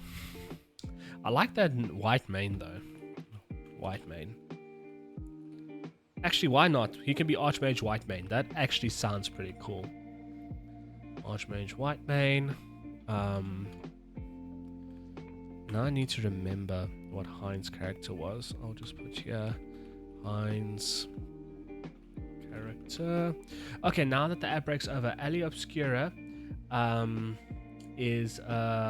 been too scared to try, but I found third-party settings that I found lower, so I just need to homebrew the campaign. Listen here. I must say, I've been blessed to find the group that I have, and Numaium is actually one of my dungeon masters, and this group is amazing. They really welcomed me into the DMing scene when I did a couple of one-shots for them, and they were very gracious with me, so it's really boosted my confidence in terms of doing this. But honestly, I'd just say go for it. Start writing, see where it comes from, go for it. I have a reborn wizard in my campaign. He's a weirdo. Oh, sweet. Let me see. All I can think of is my edgy teen names I used to give my characters when writing stories. Hiya. Sounds like a great stream, bro. I want to explore with the rest of the party, so I'm going to bounce you on Wednesday. Enjoy the build. Thank you so much, Numate Wim. I appreciate you. You're an amazing guy, and have a wonderful evening. White Mane is a dope name, though. Oh, it's definitely a dope name. I can agree with that. All right, so University of Moses, the main university in the realm of Jocelyn, aiding mage, I'm going to call them magic wielders to hone their skills. To master their skills. Wow, I can't type today. It's great to have a group you get along with. I'm really lucky with my D&D circle too. There you go, you see. And it's all about finding the right circle. To find a group that you mesh well with. 100% right there. You couldn't have said it better as well, Mort. It really is. It's really nice to have that group that you can chill with, you know? It really, really is. And it really makes it, what's the word? Easier to be a part of the community. I mean, I'm not going to expose my group. I'm not going to do that. But like, we always make jokes. We always have fun. But when it gets serious, it gets serious. We all get into character. We all do this and we all do that. And you know what's a sad thing for me, Chad? I'm gonna say it, and Mort, I'm pretty sure you would agree with me when I say this. But there is a very big negativity towards D&D still, where 100%. And I mean, chat, religion talk. Well, I'm bringing religion into this because it is a part of me. As a Christian, many people look down on me for saying, why do you play D&D? And I look at them and I say, because it is a game. It is no different to a game that I play on the computer like Skyrim or Witcher. Your keyboard and mouse is replaced by dice. That's all it is. That's my personal opinion around it. Hang me if you think that's wrong. And at the end of the day is just avoid the stuff that makes you uncomfortable. I mean, I said to one of the DMs straight, I was like, yo, not vibing with this. I'm not vibing with this. Can you please be mindful about it? We're not playing in that realm anymore. And we appreciate that. It's better to be open, be honest with your DM. I mean, like I said straight, I don't like the whole thing of signing contracts with devils. I really don't. That's why Draven was so steadfast in his story with not signing contracts with a devil. Hence why I got blessed by an angel, which I was like, I will be more open to that, to stick to your story, than to sign a contract with a devil. And it's working out. Be open with your DM, be open with that, you know, and the bitterness towards D&D, I really hope that at some point that gets lifted. I don't know how you feel about it. No, the thing is, though, if you look at it, when a lot of people get past that kind of initial kind of wall that you kind of have developed over time from just people not really being open about D&D, at least when we were still kids as well. Like the whole idea of D&D wasn't really that popular. It was kind of looked down on. And that just stopped a lot of us from really looking into it until we actually decided to say fuck it and gave it a chance. And that's generally kind of the big first step. If you give it a chance, you'll find that it's not really that big of a problem. It's actually a lot of fun. But the key thing is always going to be, you're going to have to talk to your group. If you don't talk to your group, if you don't tell them like, hey, this isn't what you want, this isn't what you were looking for, you're not really going to be improving your situation. And it's not really that difficult to do. It's intimidating, sure. That first step to talking to your group, especially if it's like a new group that you just kind of joined in recently. But if you can get past that, and they are open to it, which a lot of groups will be, if you just speak to them, you're going to find that you can fix a lot of issues that you're uncomfortable with. 100%. That freak tie. I was going to blame Stranger Things, but I get why religiously speaking D&D isn't kosher. Some topics are quite dark, but it depends on how you stand with yourself and how you play your character, if you can separate the two. You see, Ty, that's the thing, right? That's why I said, like, from me, you know, being, you know, a believer in Christ, the thing for me is like the big thing for me is I have a very clear separation between a game and real life. I'm not gonna, let's say I go see Mortimer and I'm not gonna go up to and say, I smite you with magic missile. I'm not gonna do that, man. I ain't that stupid, you know. That's not how it goes. But when we're playing a game, that is different. The game, it's for me, I see it as a PC game with pen and paper and dice. That's how I see it. Ali Obscure, I completely agree with you. I took that first step and now I've been DMing for 8 years. Damn, check that. We got a resident DM. But you're right in saying you must make sure you're in a group where you feel comfortable to be able to speak up and say, hey, I don't vibe with this. Exactly. And you know what? What I love about the group that we are part of, we all share the same faith. And it's amazing. We have amazing times together, you know? Are you still nerding? Of course, Daff, we are still nerding. We are going to still be nerding for another 1.5 hours if I keep to my normal stream time. So why not? Daff, if you want to come back and say hi, you're welcome to. But yeah, so, okay, I'm going to do this. So there's Archmage Whitemane. Archmage Whitemane can then link here for myself. Chat, if anybody's wondering what's the application I'm using, it is called Obsidian, and you can see as Obsidian continues how everything links together. So if I go to Moza for argument's sake, so if I go into graph view, I can follow the pattern. All right, we're in Moza. Oh, you guys in Bosk. Okay, you guys are in Bosk. Oh, Archmage Whitemane is there. So you can follow all your stuff very, very well. And it's also great for note-taking in college and that sort of thing for anybody who is curious. But anyway, back to it. University of Moza is the big one. Oh, wow, seriously, that's actually amazing. I didn't realize your whole team is within the same faith. I'm sure that makes things much more comfortable and easy to speak up. Most definitely. Most definitely. I mean, Grizz, the guy who plays Griswold's a preacher, which makes it even more fun, I'm not going to lie. But Mort, on that note, when are we playing more of Masquerade, Bloodhunt the Masquerade, dude? I mean, when are you available? Hey man, we're gonna make a plan. I'll hit you up. I mean, tomorrow's Mother's Day, so obviously, chat, I hope you are all preparing for Mother's Day and you got yourselves a little something for your mom. Yeah, so I think we must maybe look into the following weekend, dude, and make a plan then. Yeah. The thing is, though, with me is I want to try and get like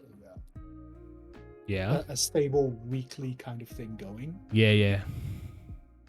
That's why I was trying to do the Sunday thing with 7 days and with yeah. But they kept having problems, and I kept having problems, and it's kind of just gotten to the point where we kind of stopped. Yeah, I saw so, and I was actually wondering like when am I going to see you on stream again, because it's been a little while.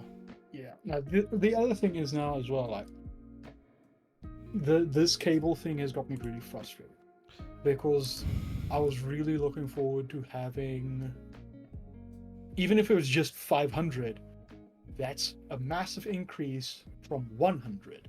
Oh, definitely. And then I am still saving for the PC upgrade, which reminds me. I actually want to see something. Chat, you can look at me here as well. I want to actually see because, Morto, I actually want to see how much outdoor cable will cost, so that it's also a bit more protected. The thing is, though, with the cable, we will be digging a trench and then burying it. Hopefully in PVC. Yeah. You know what you...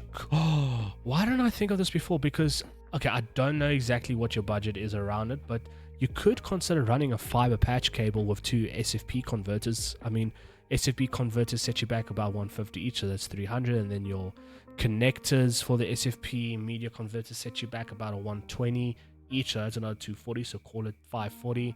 And then I think you get a 60 meter 2 core will set you back about 300-400 rand. So then you're looking at about 950 rand for a fiber connection. Just a thought. Yeah, we'll have to have another look at that later, because no, of course. The thing that bothers me, though, that I don't understand, Mm-hmm.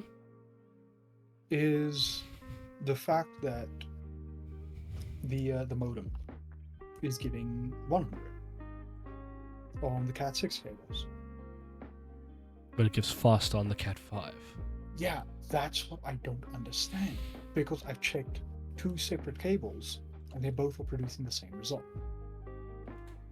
That is very weird, honestly. That is very, very weird. I am literally at the point where I just want to fucking tell Level 7 to bring a fucking technician out here. I'm sorry, by the way, stream. 18 plus. So much. I am it's 18 angry plus. and frustrated with this. Don't stress. Like, I am at the point where I want them to just bring a bloody technician out here to have a look at this, because it's absurd. Like, Yeah, even the Cat 5s are producing 500, right? Yeah. And I'm not even talking massively long cables. I'm talking a Cat 5 cable that is running from pretty much just 2 rooms. Yeah. Literally from the one room into the next room into the TV. Yeah, I hear you. That short cable there's no way that's more than 10 meters. No way. And it's producing 500. It's like, that should be producing the gigabit that we are paying for. 100%. Yeah, no, that's bad. How Mort feels with his cables the same engine I'm feeling with my PC, like, why it does not work, I don't understand. Mort, check this, right? So I helped that freak Ty find a second-hand PC down in the Cape. At the guy's house where they bought it from, the PC worked fully, right? Yeah. Took it back to their place, the 1060 inside stops working, sort of. So they put in a 1030, works perfectly. They put the 1060 into another rig, works perfectly. Explain that to me. We checked everything, dude. Although then again, like, I was now 1,000+ kilometers away, but still, like, video called, whatever. It's ridiculous, man. I think the most frustrating part of it all for me is that it doesn't look like there's a logic behind it. It's like, if there was a logic behind it, like if it was, for example, 120 meters, yeah, I would understand, because that massive distance, it's going to start losing. yeah, exactly. Or if the actual modem unit, or the actual router unit, was capped at 100 on its ports. It's not. No, I hear you. It's weird, dude. Like, I won't lie. Your situation is weird now. I won't lie. Like, I don't get it myself either. The speed at which I had to become a mini PC technician is astounding. Exactly. Ooh, listen to this name for a... for a tavern. The Wyvern's Wing. This name invokes a sense of adventure and danger. Perhaps the tavern is decorated with a wyvern wing, or maybe it's a popular hangout for monsters. Ooh, okay, I like this. It doesn't have to be wing. Oh, I'm gonna do wings. I think it works very well. No. I've got an idea for you, right? Oh, Instead go for of it it. being a wing, right? Yeah. You could have. I'm trying to remember. I can't fully remember off the top of my head, but don't wyverns have scales? Have a look quickly. Because I know dragons have scales, and wyverns are like a sub-shoot of dragons. But Yeah. I'm thinking, right, you could have the roof be wyvern scale. It's like Whoa. from the wing. It looks like it's skin if I look at the drawings here, hey? Oh, that's disappointing. It is slightly disappointing. Smiley Miley! Hi! Thank you so much for the look. I appreciate it. I hope you're keeping well. How are you? That's not a bad idea. But I'm labeling this the local drinking hole for the city of Bosque. University students hustle and bustle the hustle and bustle the what's a nice word for it? Hustle and bustle the the floors as they drink off their stressful weeks.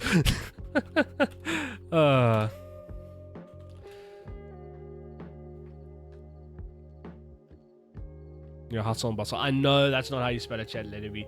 You know, wyverns. I freaking love wyverns. Yeah, and actually, it's quite sad. Many people don't realize that wyverns are different to dragons, and you know all of that. But like, if we're really going into dragons, my favorite would be a basilisk. Good. Yeah. Tell me. No, the thing is, like, something I still am frustrated about to this day, and it's the stupidest thing, right? Yeah. Skyrim dragons are wyverns. I know. I freaking know. I know that. Chat, this is a nerd out stream. I should probably actually put into the thing. I'm gonna do this. Hashtag nerd warning. Yeah, you might want to put a nerd warning on. Hashtag nerd warning. But it's like, look at the Skyrim dragon. And look at literally every other depiction of a wyvern in existence. It is a wyvern, not a dragon. I feel you, dude. I feel you completely. Don't you stress. I feel you completely, bro.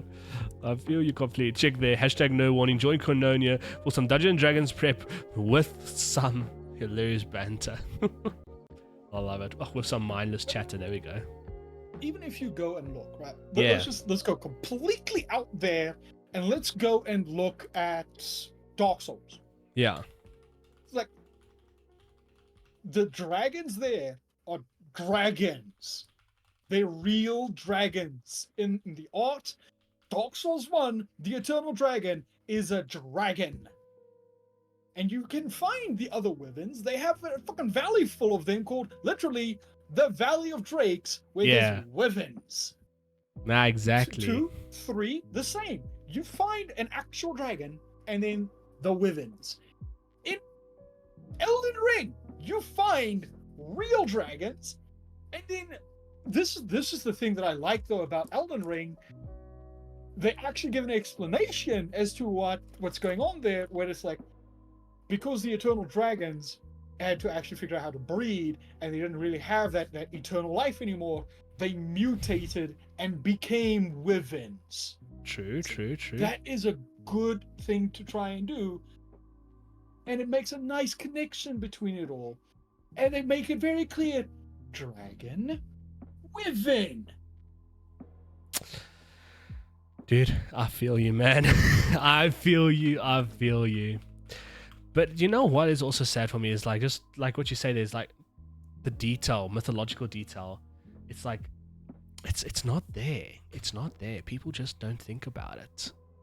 Like, it's so sad, actually. It really is.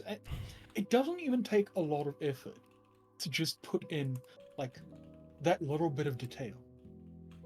Just explaining away small things like that. Like, for example, let me just drag you back to Skyrim here for a second. Yeah. Right. Let's take the 2 original dragons for a moment. Well, I say original because they're the only ones that kind of technically survive. I mean, technically, There's yes. Parthenax, who's been around for forever. And then there's Alduin, who he got shot forward in time. Spoilers! Almost a decade now for the game? Hi. It's like, spoiler alert. Spoiler alert, I love it.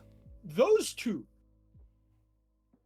all they would have had to do is make them proper dragons, and then all the other ones they could have kept as wyverns and just explained away as even, like, it doesn't even have to be like that they are the newer generation or anything. It could literally be that, you know, the revival shout that Alduin uses to bring them back isn't complete, or it works in stages, whereas, like, because as you play the game, you know, as you get stronger and higher level and stuff, you get more dangerous and deadly dragons.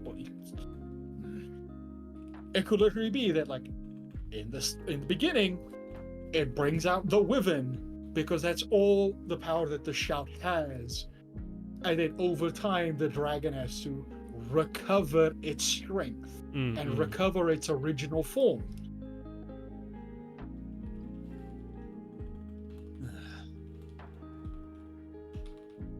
Sorry, I'm just quickly typing something to chat so I can pin a message. No, it's all good. Chat, give me names of mages that can be assistants to the archmage. I don't know. I like the idea of actually getting chat involved. But dude, Yeah, like, having the chat involved is good. oh yeah, definitely, dude. I'm not gonna lie. This is going on. This is lekker. I'm enjoying it. But dude, you know what's one thing as well, right? Now that I think about it, like just thinking about Skyrim, there, right?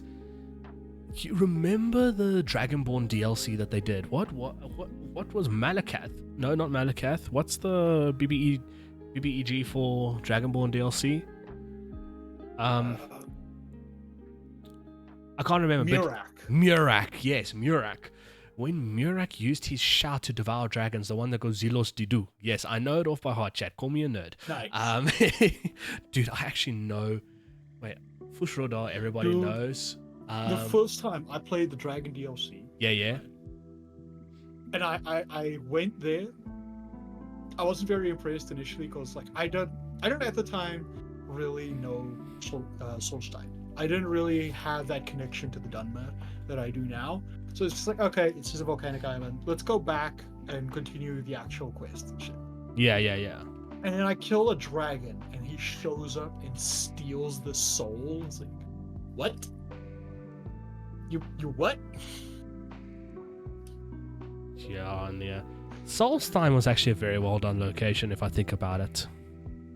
Oh yeah, no, it's a really nice location, and like the idea behind it, behind Red Mountain erupting, behind the collision, all of it just together, it's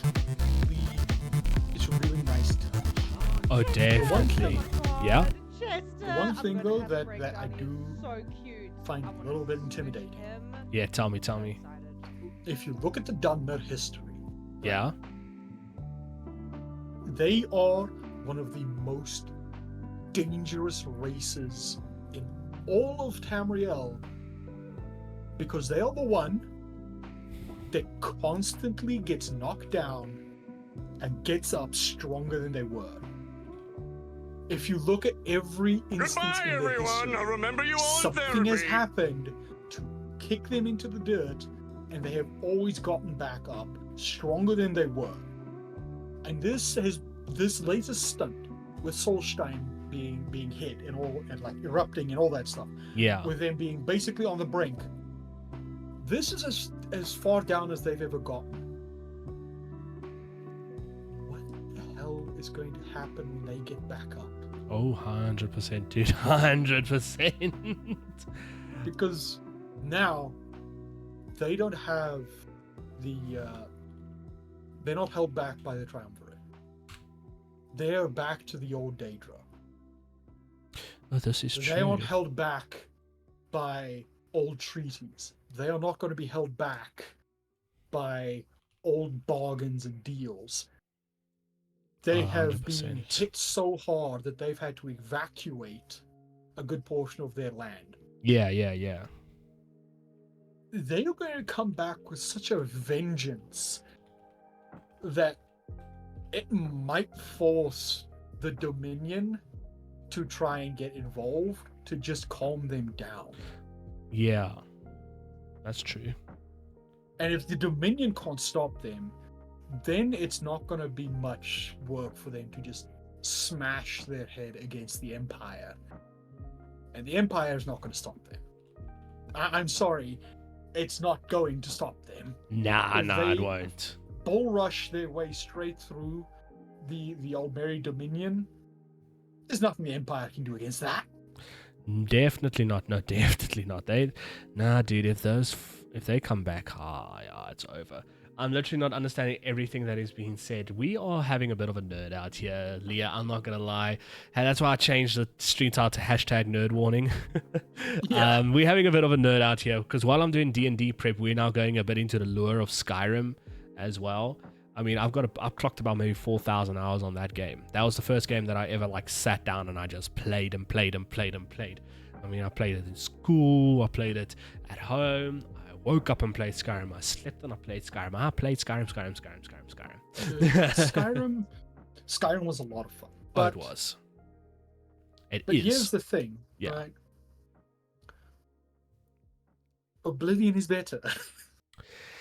You see, here's the thing that I wish could have happened, right? Like, I'm not going to deny that you're wrong, ne? I'm not going to deny that you're wrong, but what I do wish is that they brought some Oblivion into Skyrim. Yeah, like some nice mechanic, because there was some nice mechanics. One of the big things that they need from Oblivion, and it wouldn't have even been that hard to implement, at least in my opinion, is Oblivion's magic system. Oh, 100%. I haven't played that much Oblivion. Chat, just for reference, I haven't played that much Oblivion, but I know enough to keep convo. You know what I mean? Anyway, carry on. Yeah. Like, for example, Oblivion, the magic casting alone. It wasn't that you had to equip a spell in a hand and lose that hand. You just had to select the spell, and then you had a separate cast button.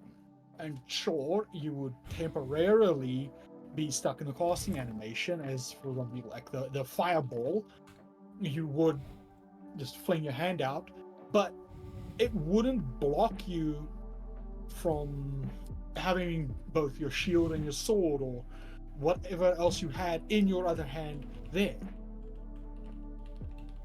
Exactly. But no, the big things though is mysticism being removed was a mistake. One of the biggest mistakes there was. And then spellcrafting. What crafting? Say that again? Spellcrafting. You Oh, used to be yes. able to create your own spells, and they took it out in Skyrim. It's like, why? That would have been very cool. Imagine crafting your own spells. That'd be so sick, actually. Yeah. Like in It Skyrim's is- mechanic. Yeah. Yes. Like some of Skyrim's things work nicely, and they work kind of cool, but Oblivion just had their magic system better. It was fuller, it was more diverse, it was more powerful. Like, if you look at it, I'm sorry, mages cap out. They do. Really quickly. They really do. That I will 100% agree with. Especially Even in when Skyrim. You get up to like the master tier spells, you cap out. Whereas for like archery, you don't cap out. You don't really cap out. Melee, No, you you don't. But in Oblivion, there was no capping out. There was no capping out for a mage. So you kept going. Sure, you had to go find new spells and new teachers and stuff to help you. But your spells kept getting stronger and more dangerous. And they kept equivalent in like scale and danger to archery and melee and unarmed, because unarmed was a skill. I'm I not even remember joking. that. You could literally make an unarmed build. I remember that. Yes. It was so cool. And there's just bruh. so much that you could have taken from Oblivion and transferred it over relatively seamlessly. Because crafting spells, that wouldn't have been a problem. They already Yeah. have alchemy in. They already have enchanting in. Spell crafting would have been just as easy. Definitely fully agree with that. Fully agree with that. Oh man, talking Skyrim really wants to make me play it again. I'm not gonna lie. Nah, dude. I want to play Cyberpunk right now. Oh, yes. Yes. Either Cyberpunk or V Rising. I want to hold off on Cyberpunk though, For? because I want to get the new PC. Oh yeah, And the fair. way my salary is right now, the way that everything is right now, Yeah, yeah. in about 3 to 4 months, There you go. I should have enough. If it's still about 40k, right, I should have enough. Yeah, I think if we discussed what we discussed, it should still roughly be. I don't think prices have really gone up that much. Yeah. Dude, you want to know the frustrating thing? Tell me. I've been like keeping track of roughly the same kind of build that I want Yeah. on EveTech, right? Of course. Because, it's easier since I'm yeah. at work the whole day just having it there to look at.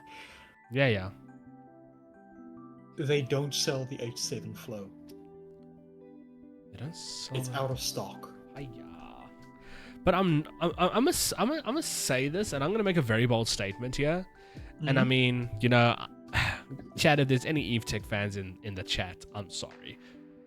EveTech is becoming... Hold on, Dog of Wisdom. We have to respect the Dog of Wisdom.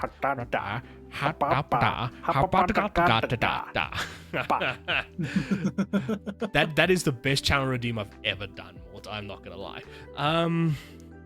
EveTech, in my opinion, are starting to sell more and more Chinese crap than they actually sell quality brands. That is my personal opinion. I won't argue. Because the thing... I literally work there, so I can pretty much tell you, yeah, we are. But the thing is, for me, is like, Chad, I'm just going to say this straight. I mean, like, I'm loving this kind of stream. I must do this more often. I'm loving this. Chad, the thing is, for me, like, that's kind of all I understand from what you guys are saying, but I'm just stupid. No, Leah, we very much just nerding out today. Like, chat, the thing is, though, going back to the EveTech thing, right, is like, I've noticed Gamdias taking over. And I'm looking at this and I'm like, do you guys realize what you're selling here?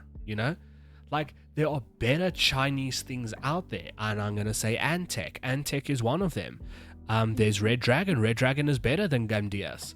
I mean, there are so many Chinese brands. You're talking about Gum Diaz, and I just turn around and I'm looking at the Gum Diaz logo on my chair.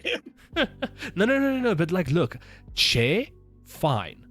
Things that are like, I don't know how to explain it. Like things like keyboards or actual hardware components. Yeah. Yeah. Well, keyboards, I'll say Gum Diaz is shit anyway.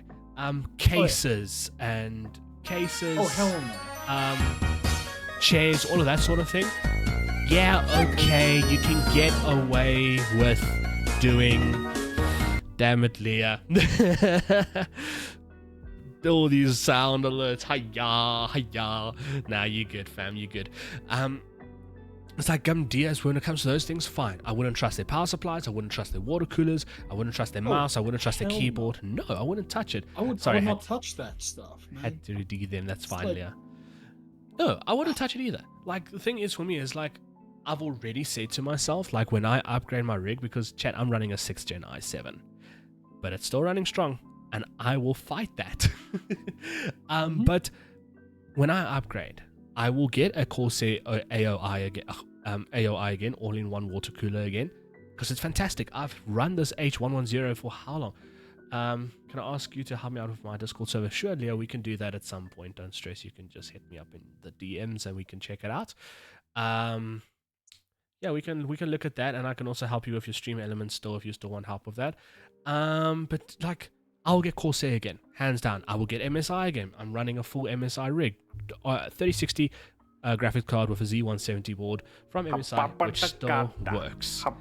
Oh my soul, Lich Keen, welcome into the nerd stream. Welcome. Welcome in, Lich. Hope you're keeping well. Yeah, let's hear it. Right. I would trust Corsair. I would trust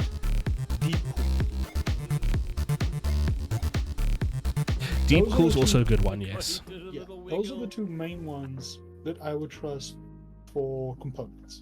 Yeah. I am starting to slowly warm up to MSI. I hear you.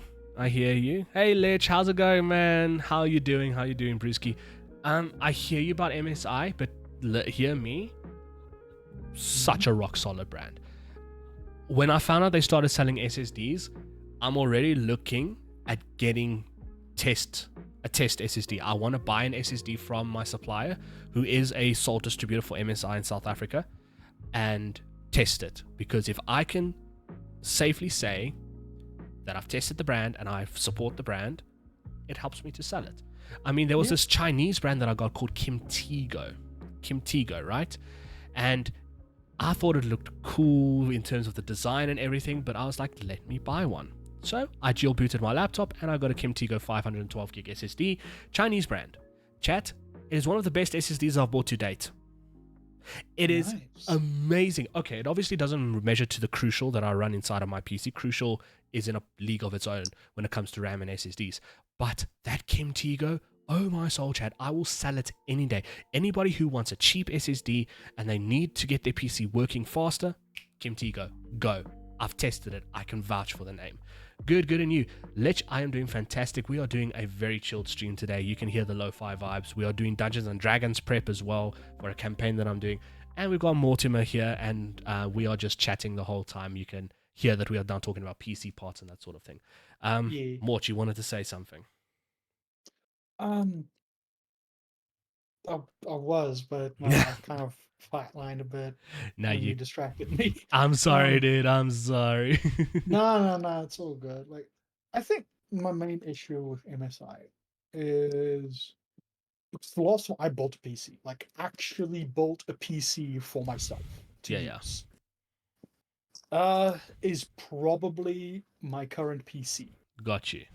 Which is so old, I'm still running DDR3. Oh, hectic, bro. Yeah. Like, damn. So believe me, dude, it is a headache just trying to think about how to find replacement parts for this thing. It's why I just decided, you know what, whole new build from the ground up. Nah, that's probably your best option that you've decided to date, because I mean, DDR3, dude, yes. Although I will say this, chat. I'll say this because, again, from personal experience, the i7-4790 was one of the best i7s ever made. Amazing. I would go i7, but the way that I see it right now is... Chat, there's something stuck there. Yeah. I'm probably going to be making this purchase once, and in 10, 20 years, I'm going to have to basically keep this going. Yeah. Without any chance for a real upgrade. So I might as well splurge, go straight up to i9. Like I showed you in the stats. i9, yeah, good quality graphics, good PSU, and all these things. So that I can just replace tidbits over time, like some more RAM eventually, or if my cooler breaks down somehow, I can just replace that piece. I'm really hoping that never happens, because oh boy, a cooler breaking down on a PC, that's terrifying to think about. Oh yeah, 100%. But you know what's the one benefit that you have when it comes to sorry, I just want to see what's going on here. Why does this thing stop music when voice is transmitting audio? Footsack with that nonsense, Spotify. Footsack with that nonsense. Anyway, crap. Where was I? Oh yeah. When it comes to PC building, your PC is as strong as your weakest component. That is the philosophy that you must always go with when you build a PC. Yeah. You want to get your PC parts as close as together, so that when you build the rig, it kills. And that's what I did with my rig back in 2016. Fantastic rig. So like with what you're saying there, if your PC is so, like, if the components are so good together, Mort, you should never have a problem with anything breaking. Actually, the only thing that you should be having to do is replacements. Like, I've replaced my SSD and I've replaced my hard drive. Why? Age. Spotify, I promise you, I'm gonna clap you. No, this thing is doing this nonsense of chat. You can see it now. I'm saying, what is this? Spotify auto pause. I don't want that. Where?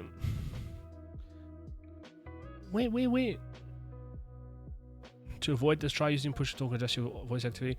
Let your mic is... What? So I can't even turn it off. This is such nonsense. Like, this is such nonsense, chat. That's some bullshit, man. And you can't even turn it off. Like, what the frick? There has to be a way to shut it off. I'm checking it now. Noise suppression. Automatic gain.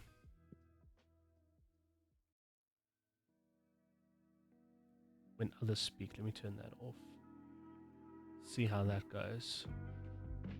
Alright, I think I got that sorted. Disconnect your Spotify account from your Discord. Hey, Steph, how's it going there, Steph? I really hope you're keeping well, Brita. If you want to come and hop into the call, you are welcome to, man. You are welcome to. How you doing, bro?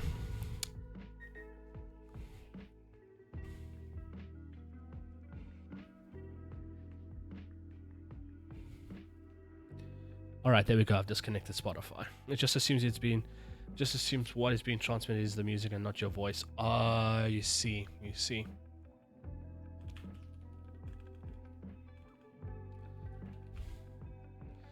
see. But you know, Mort, I must say, the more that I've been looking at getting a rig upgrade for myself, because I'm also getting to that point, the more I've been looking, wait a minute, want food first. No stress, Steph. It'll be awesome to have you here. One thing that I've been looking at is Ryzen.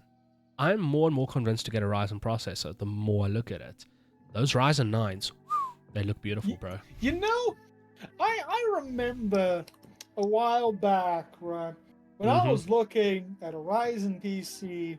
I and said a no. certain PC enthusiast. Oh, you yeah. know. Oh, yeah. Listen. Mort, we've known each other for a significant amount of time now, I would dare say. Opinions can change if you have the right experiences, you know. So, like, let's, you know. Look, chat, I've always been skeptical of AMD to the point of their CPUs overheating. I've always been skeptical of it. Always. But Ryzen is proving themselves. I'll just say straight, Ryzen is proving themselves, and I have to give credit where credit is due. I mean, Threadrippers, chat. Ooh, Threadrippers. Need I say more? Okay, let's see. Hatford, small town on the west of Mosa. Population is small. A lot of farmers on the outskirts of the town. Known for bearing some of the best mages in Mosa. Alright, chat, so Hatford will be the main place of mages. Alright, so we got two more places, Mashcan and Worgen. Chat, I'm basically just trying to start the fleshing out process. Details, like what I've done in Bosk, will follow. But I think I just want to get Mosa done. And then once Mosa's done, I can actually start fleshing out Mosa and getting that more sorted. Freaking hell, I'm loving the lo-fi vibes. I'm loving it. Yeah. Gee, Nice. dude, I'm enjoying this. Just want to see if I can actually bring up the waveform visualizer a little bit, because I want chat to see what is going on here. But yeah, I want chat to see the little bars a little bit. That we do have some music going on. Webcam assets lock. The bread isn't fresh enough for a sandwich, so I left it. What? Not sure what you're talking about, Steph, but okay. I think you might be waiting for us. Yeah, you're waiting for us. Hello. All right, everybody, welcome in Army of Steph to the chat. Army of Steph, welcome in. We're just having a chill stream today. We're just, we're doing, what is it? I'm doing Dungeons and Dragons prep. Mort and I have been talking about PCs. We had some other people in here earlier. We just chilling, man. And actually, I must just say to everybody again, chat, if anybody does want to come say hi to us here, you guys are welcome to. Here's the Discord link. Please come make yourself at home. Yeah, come and say hi. I'll unpin it manually later. There you go, chat. Make yourselves at home in the Discord server. I'll have this open and check if anybody wants to come in.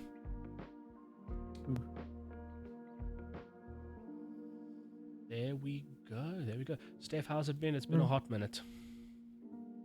Yeah, it's been a hot minute. It's been. You keeping I well? go and it's been. Can I join VC? Leah, you're welcome to join VC if you want to. You are welcome to. We are just chilling. Sure. Oh, where were we? Oh yeah, Mort was telling me that I was wrong about Ryzen. Lurk, one hand bandit. Thank you so much for the lurk, my brother. I appreciate it. SO at one hand bandit. Well, and bandit, if you want to come join the Twitch stream and join the Discord, you are welcome to. There is room for you. There's a little shouty outy for bandits. I almost joined in proceeding to moan at you for dissing Ryzen as much as you dissed Ryzen. I mean, sure. Welcome in, Leah. Hi. Hello.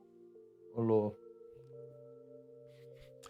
Here we Again, go. I remember, like, I sent you way back when a Ryzen bowl to have a look at. And I remember. You basically immediately shut me down and wanted to go to Intel and didn't give Ryzen even a chance. And now what are we saying? Now I'm gonna wear my hoodie as the hood of shame. We will wear the hood of shame for a little while, chat. Also, my hat is itchy. Although, actually, chat, hold on. I think I know what I should wear. Hang on, I'll be right back, chat. I'll be right back. I have an idea. The irony is, I've only ever used Ryzen. So. Yeah, I've wanted to switch to Ryzen ever since I've been hearing people keep talking it up at work that how it's actually been how it's actually been able to keep up. But no, we will again, not wear just Wilder's helmet building up always. the money to be able to do the upgrade is a slow, agonizing slog. Look, the one thing that I'm just I know shaking everything up. me and my friends used to always see it like this back in the day. I mean, that's when I first started with the computers and building mine up and everything, was how we used to always clarify the difference between Ryzen and Intel was. Ryzen was usually more optimized towards the gamer. It's optimized mostly for gaming. It's not as good for processing your general stuff that you would usually do for work, which is where Intel comes in. Intel's processing is a lot better for generalized stuff, or rendering, etc., etc., where Ryzen usually was more focused around gaming. I know they've improved a lot more, but back then that was mainly how we used to discern it was, if you're going for gaming rig, Ryzen. If you're going for a general workstation, Intel. Because that was just how the processing worked. But I've always used the gaming rig, so I've always gone Ryzen. Yes, the temperatures were always a big difference. Ryzen always ran, like 20 degrees hotter than the Intel stuff? Yeah. That is true. But then again, the minute you get neutral airflow in your PC, you're running a good CPU cooler and everything, then you don't have to worry about it. I mean, I'm running a Ryzen processor at the moment. Okay, I've got a AIO CPU cooler on it. So that also reduces its temperature by ridiculous amounts.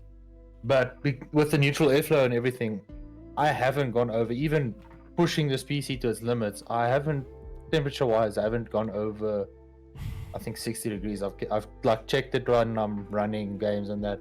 I haven't gone over 60 degrees Celsius with just the right setup. It's just all how you set up your PC, and you can get like a lot done with Ryzen. Oh yeah, if you get the PC setup done completely, the amount that you can pull off with anything is just impressive. But for Ryzen specifically, you're looking at your neutral airflow the most, and then you can worry about like CPU coolers and that. But your neutral airflow is the most important. You want a neutral airflow throughout that entire PC. Yeah. Yeah. Basically the optimum airflow. Cold air comes into the bottom, rises past the graphics card, and exits out the back. Yeah. Keeps everything If cool. you're able to get the setup done properly, then it's really good. It's just getting that setup done properly that's not always good. Definitely. No. Definitely. But the thing is as well, I think something that Steph said that is very, very true is the fact of Intel's made for processing, Ryzen's aimed towards a gamer. And honestly, being on the programming side of things as well, chat for anyone who does not know, I am a qualified computer scientist. I program for some of my work sometimes. Not full-time yet, but we're getting there.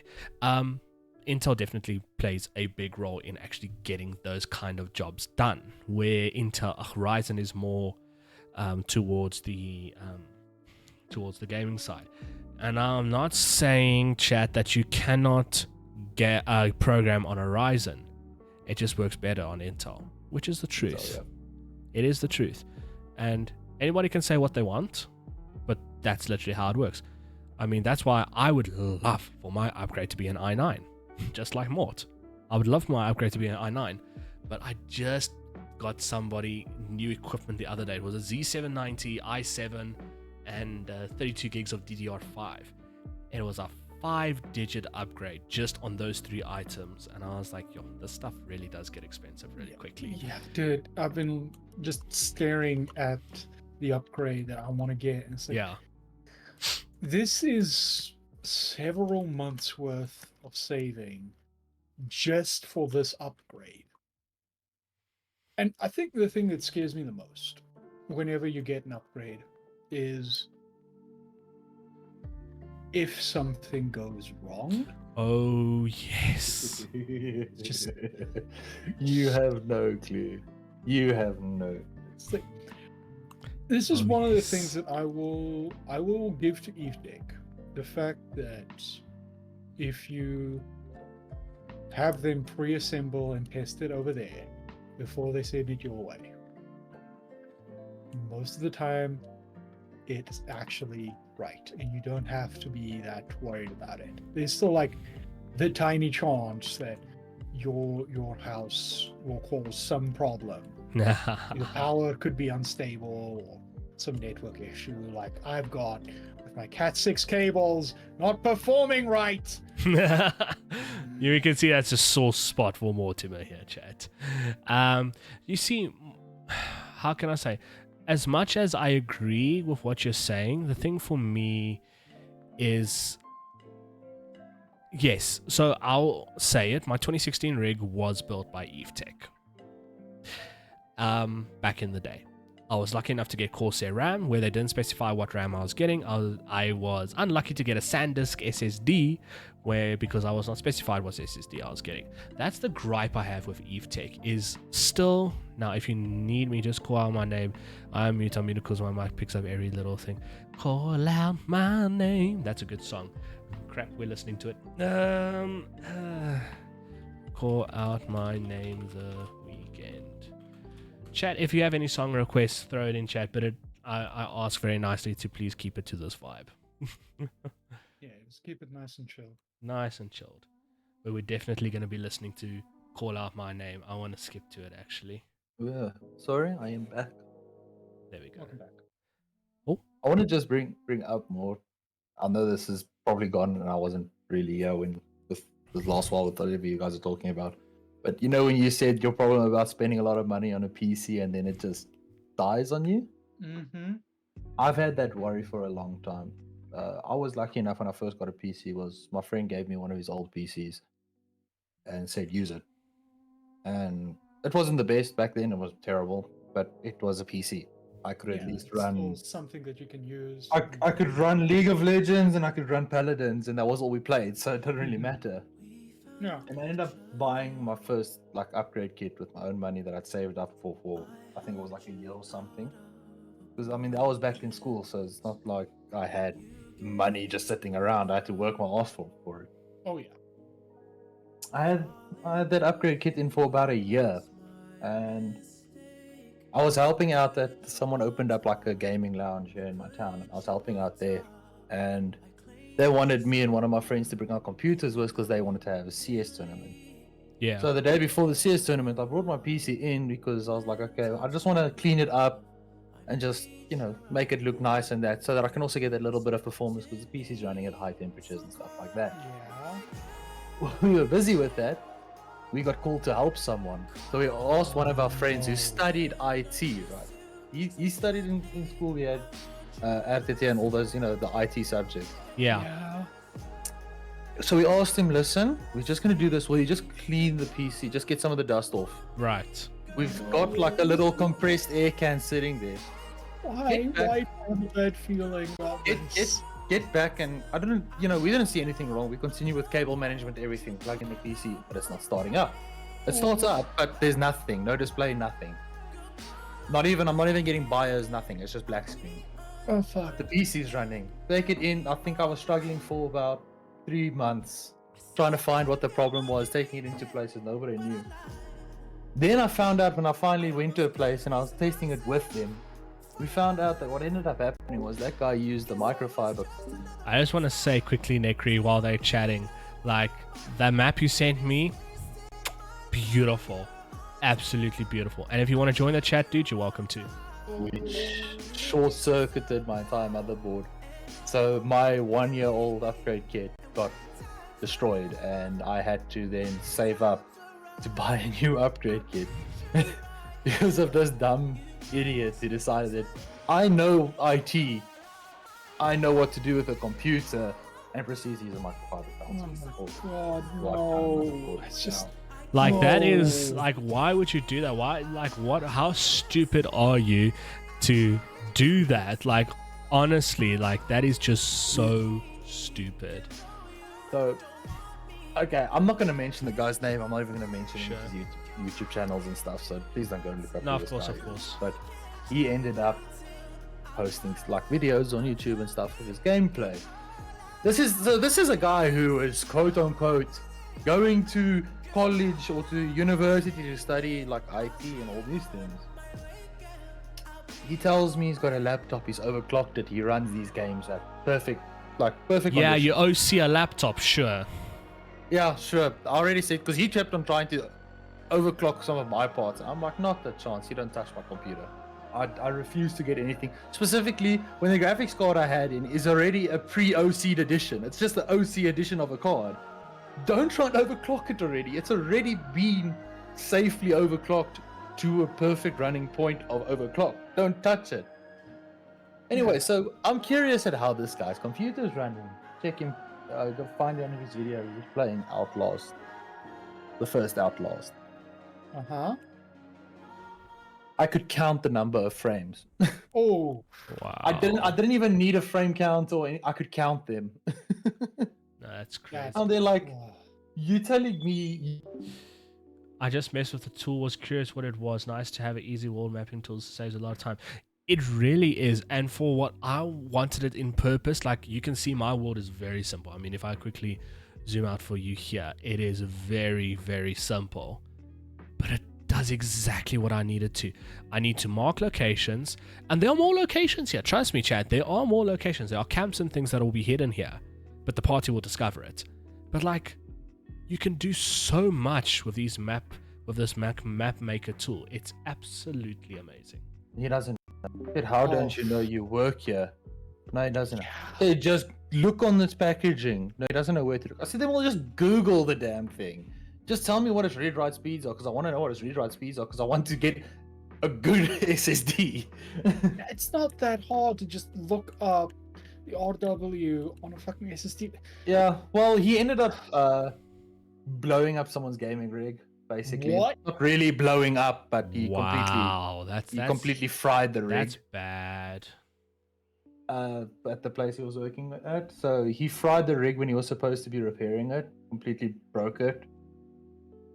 Put the guy down a whole new PC, and yeah, he got fired from that job, and now he's working as a mechanic.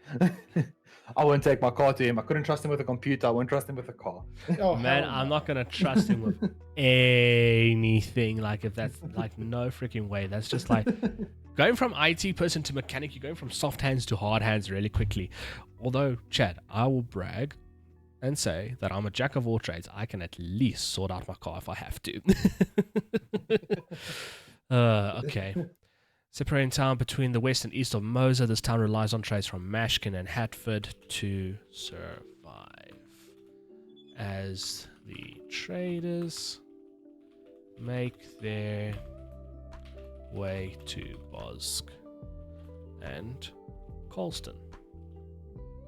There we go. Nice. Mort, I'm telling you, this is probably one of the best ideas I've had ever. A chilled, cozy stream like this. Oh yeah, no, it's really nice, man. Just chatting and shit like that.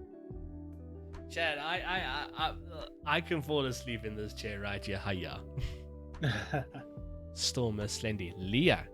Hiya. Hiya. Hiya. Leave Slendy alone. Okay, chat, I'm going to show you one of the biggest things of Jocelyn. The travel mechanic. So I took this from I'm gonna say it straight, chat. I'm stealing this the magic chalk. I mean, if you guys in Discord have got a better name for something called the magic chalk, which is a chalk that you can draw circles with and it will transport you anywhere you want to go. If you guys have any ideas, just say. But chat, so I stole this from a Dungeons and Dragons podcast called Tales of the Stinky Dragon, where their main base had like a teleporter or like a warp area where they could stand on a rock and they basically tell the rock where they want to go in a sense, and then they have like a key that takes them back to where they need to be. And my mic is a bit loud. Let's just sort that out real quick. Yes, there we go. And then it will take them anywhere that they want to go. Tell them exactly where they want to go. They'll go there. No problem. They'll just go there. So I'm going to steal that idea, and I'm actually going to let the party discover like the ways that they can actually what's the word?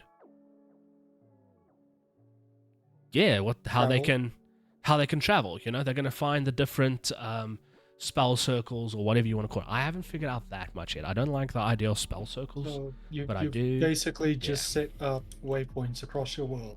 Yes, but they have to discover it, and I want them to have the waypoints because I was thinking to myself now, I was like, I want them to be able to do the story within 6 months. So I was like, okay, we don't have time for travel. We don't have time for rest days, really. If they want to rest, we can make them rest. We can give them the opportunity to rest. But I thought to myself, like, to go from, Chad, let me zoom out the map here quickly. Like, to go from Bosk to Kingford, for argument's sake, they will have access to the three capitals. They'll have Bosk, Kingford, and Des. They will have access to that already. They'll know how to draw those circles. But Colston, Worgan, Mashkin, Hatford, Bosfield, Harster, Bridbury, Pilton, and Seal, or Silla, they will have to figure out how to get there. So they might need to travel there first and then speak to somebody who might know maybe the symbols they need to draw to get there. But yeah, should have the concept the immortal snail for lols. Once triggered, they cannot undo. The snail will be out to kill them. You keep track and move the nail across a world slowly after plays. They cannot see how close the snail is, but you can. Whoa. Whoa, that is actually very interesting. Man's just brought the Lich from Adventure Time into D&D. Oh, 100%. The Lich snail. Steph, your mic is bugging out there, bro. Yeah, it's loading into a game. Oh, I feel you. Nah, that's cool. That literally the Lich from Adventure Time right there. But let me just open up who's watching in chat. Make sure nobody's here, because then I'm going to... chat, there's an ad starting. If you're not subscribed, I'm sorry. I'm going to quickly drop some lure here. Just making sure. Let me see. Nope, we don't have anyone who would potentially be in this. Perfect. Chat, the big bad evil guy for the campaign is always watching them, but they don't know that. The master is watching, but the party does not know that. They can figure it out. Are they going to figure it out? I don't know, but the party will not know that they're being watched constantly. That felt ominous. I love it. I mean, ominous. Ominous, sorry. Guys, English was not a strong point for me in school. So good, man. It's like when I just had to take a chance to just... Nah, go for it, dude. You know you can. Yeah, that's one of the areas that I'm busy with. Okay, the magic chalk. Imbued with teleportation magic. Would it be teleportation magic? What kind of magic would... Locomancy. Sorry? Locomancy. Yeah. Thank you. Locomancy, location magic. I totally didn't just steal that from Pathfinder. But that's fine. Dude, that was actually something we discussed as a... Wow. 300 messages this chat. That is sick. This stream, this is sick. This is... I'm going to say this. This has been one of the best streams yet. This is so lacquer. Guys, I'm really enjoying myself. I appreciate you all for making this happen. Because you guys make it happen as much as I do. Oh, crap. What was I going to say? Pathfinder, yes. We were actually discussing on moving over to Pathfinder because of the D&D 1 mechanics that they were bringing in. We as a group were not happy with the D&D 1 mechanics. Yeah. So if we were... you guys do decide to play Pathfinder, yeah, Pathfinder 1, I would probably be interested in, but I'm going to probably end up breaking shit as a what's his name? Barbarian? Kineticist. Okay. I mean, fair. Yeah, I just love the kineticist. It is so ridiculous. No, I feel you. I don't know. Actually, I do need to try out the others because I was thinking of trying out the one with the Eidolon in my last game, but that just kind of collapsed. So Leah, that's always fun. I'm reading what you just said to me in chat here. You know you can unmute in Discord and say this as well, hey? I don't know how I did it, but I'm crocheting either a circle or a misformed circle that looks like a square. Okay, that is... I don't know. What? What? What do you mean? Ooh, chat, how... You could have... Yeah? Actually thinking about it, you could probably have like the shape of the object affect it as well. Yeah. Chat, I'm gonna add some funk into the mix. This is a bad idea, but it's like elevation affects the time, the location. The actual shape of it will dictate like how high or low it is from specific. Okay, I know I am going into full space-time shenanigans here now with teleporting. So boy, I'm going to end up having one of you guys just show up in the middle of a war. Oh, my soul.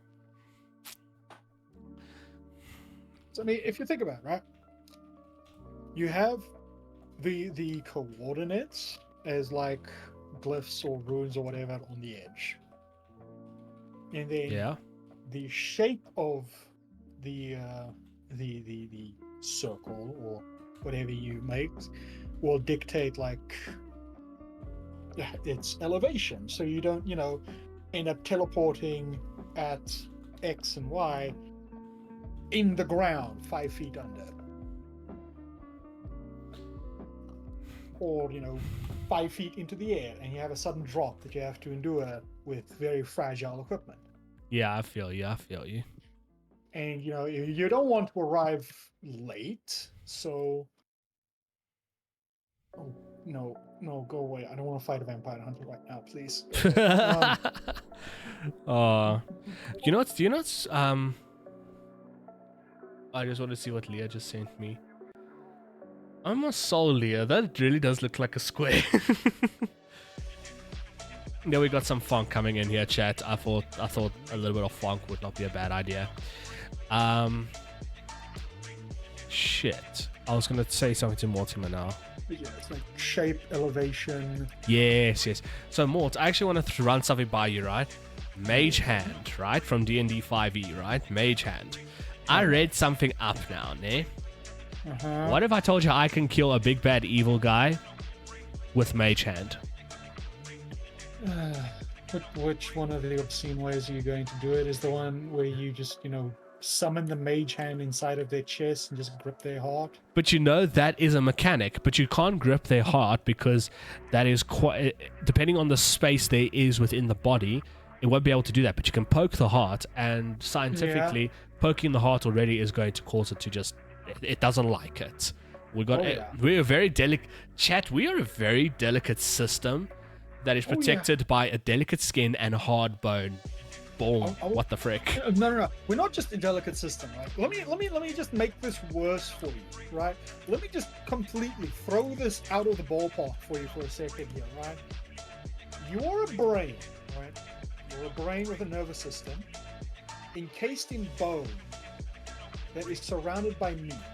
You are literally riding around in a skeleton mech with flesh armor. Yes. Skeleton mech with flesh armor. There we go. Exactly that. I'm pretty sure chat is not happy with me now. Yeah, this terrible revelation. We will see. We'll see how it goes. Chat. So I'm gonna be using what is it called? Elder Futhark as the ruins for this magic chalk, and they're gonna have to unlock all of it. Oh yeah, but anyway, but do you know why you can actually do that with whatchamacallit? What is it called? Mage Hand. Because the spell dictates a place within 30 feet. It doesn't specify a place you can see within 30 feet. No, but here's the thing, right?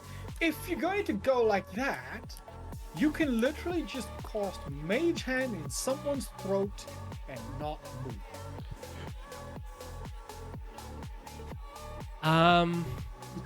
Yeah, but the thing is that's a valid thing. You're not interrupting anything technically. You are not causing direct harm. All you're doing is just having Mage Hand there, and it will block off the airway, and you just watch. No, but that's all you need to do if you're going to try and do something like that. Yeah, but that's exactly it. But that's the idea at the end of the day, because with that, right, where you've got that opportunity to do that. It's up to DM's discretion, obviously, because the Dungeon Master does, make the final call at the end of the day when it comes to any of this. But the thing is, it is, in my personal opinion, if my party said to me, let's say it's an Arcane Trickster Rogue, because they can do Invisible Mage Hand. And I think there are Warlocks that can also do Invisible Mage Hand. Oh, yeah. I don't know. I've never played Warlock. I've only played Rogue, Bard, I did a Barlock, and my backup character is a Sawlock. But the main characters I played is only Rogue, a Paladin, and Bloodhunter Fighter. Those are the only two things I played. So I haven't really dived into Warlock or whatever. But. Fun because oh yeah, it is it's a very simple thing to try and.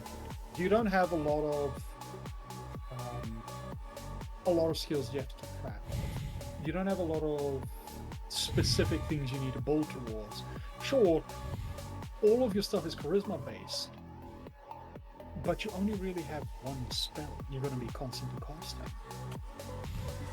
Your spell slots are tiny, and sure, Eldritch Invocations are really powerful,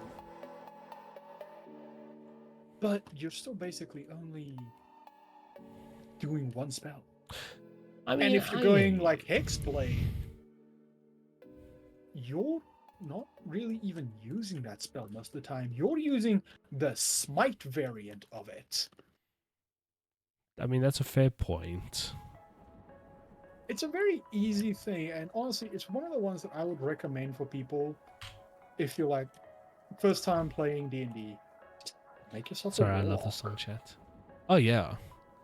No, Warlock is probably one of the easier. Sorry, chat, I just hit blank, and I'm also trying to quickly respond here. Warlock is probably one of the easier classes to master. Honestly, I think it is one of the easier ones to master, but I think I don't want to come between. I don't want to come between your convos. Leah, you can just pop in. It's fine. You can just like wait for a breather. It's all good. There are breathers. But it's like you are limited to so much in Warlock. You have so much, but you're also limited as well. So it's a very easy class to get into. I mean, my rogue, right? My rogue paladin, for argument's sake, it takes me 2 rounds to get ready to deal damage. Because the first round, I got a bonus action Valve Enmity onto my... No. Not already. See, I've already messed up the combo. I needed bonus action Shield of Faith onto myself. And then I need to make sure my reaction is still safe to keep shield. Because I've got current AC of 20, and I can buff that to 27 at any given time. With my Shield of Faith giving me +2, and then a normal shield as a reaction giving me +5. So that's 27. Then I need to then start... throwing the dice and throwing damage, and without advantage I roll straight rolls, which is less of a chance to hit, but I get 66 currently on an average damage I roll 8d6 plus 68 if it's a Fey Fiend or Undead, or 5d8, so I roll 13 damage dice on average if I want to. But Usually it would be 8. I have to get my combo set up first. So now I've set up my Shield of Faith. Now I've got my AC buff. It's fine. It lasts for a minute, 10 rounds. That's fine. We usually finish most fights in 10 rounds, depending. If it's a very bad guy, usually not. Greetings, Mortal Little Reaper Girl. Welcome into the chat. Welcome. We are chatting in the Discord if you do want to come say hi. I forgot Mort and Reaper are mortal enemies. Yeah. I forgot about that. Anyway, sorry, Mort. I apologize. I'm sorry, Mort. I'll take it out of your hide later. Yeah. Where was I? Shit. You were talking about combo. Yeah, so Shield of Faith bonus action, then I throw my dice, but then I can only really do 8d6. I don't want to use my smite dice with Paladin. Yeah, unless I get a nat 20, then I'll smite immediately because that's combo. Like, that's doubled immediately. And we got a crit table, so then we roll a d100, and we have a chance to triple damage or even kill the enemy outright. Then on the second round, I will then Valve Enmity bonus action onto my enemy, meaning I then get the opportunity to roll at advantage on an enemy for the next 10 rounds.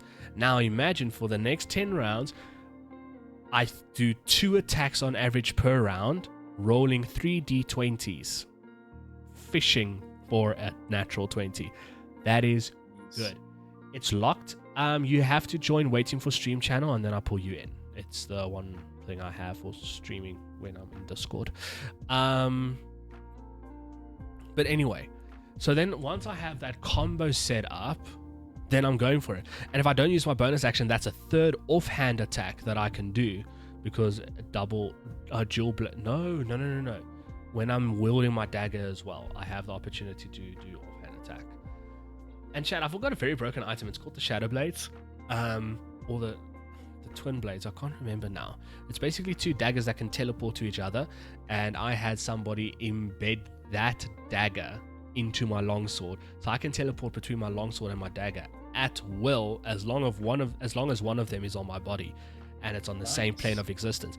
And the DM, Mort, get this, the DM, no worries, my net will just drop randomly in anyways. No man, you can come say hi if you want to. The Waiting for Stream channel is available for you. Anyway, so get this, Mort, the DM forgot to put this on the piece of paper. It is a free action. Oh no! It is a free action. I can teleport at will. I have dimension door at will. I'm trying to remember the fighter. It's Echo something. Yeah, isn't it Echo Knight? I think it's Echo Knight. I think it's Echo Knight. Yeah. Yeah. You just became an Echo Knight. Literally, dude. It is like the one time, that right? Is insane. The Dungeon Master thought he had us because there were these beautiful gems that were hiding in a dungeon, and then somebody decided to pick one out. So the door started closing. It just so happened that I always try to have one of my friends carry one of my daggers. So they run out the door, and I was like, DM, how long will I hold my breath for? He's like, you'll hold it for 2 minutes. I'm like, how long to pry all of the gems? He's like, minute 30. I'll let you do it. I see what you did, yeah. So I then, and the door fell and the party started panicking. So I just like quack, get all the gems, holding my breath, free action, poof, out. No damage, no poison, nothing. I'm pretty sure the DM is so upset about the fact that he did not make it a BA or A, like a bonus action or an action. It is legit the best free action I could have ever received in Dungeons and Dragons. Dude, it is great. It is so like that. Great. Oh, and you know what? The warlock in our campaign, his name is Zomia. My actually, who was in chat earlier, plays Zomia.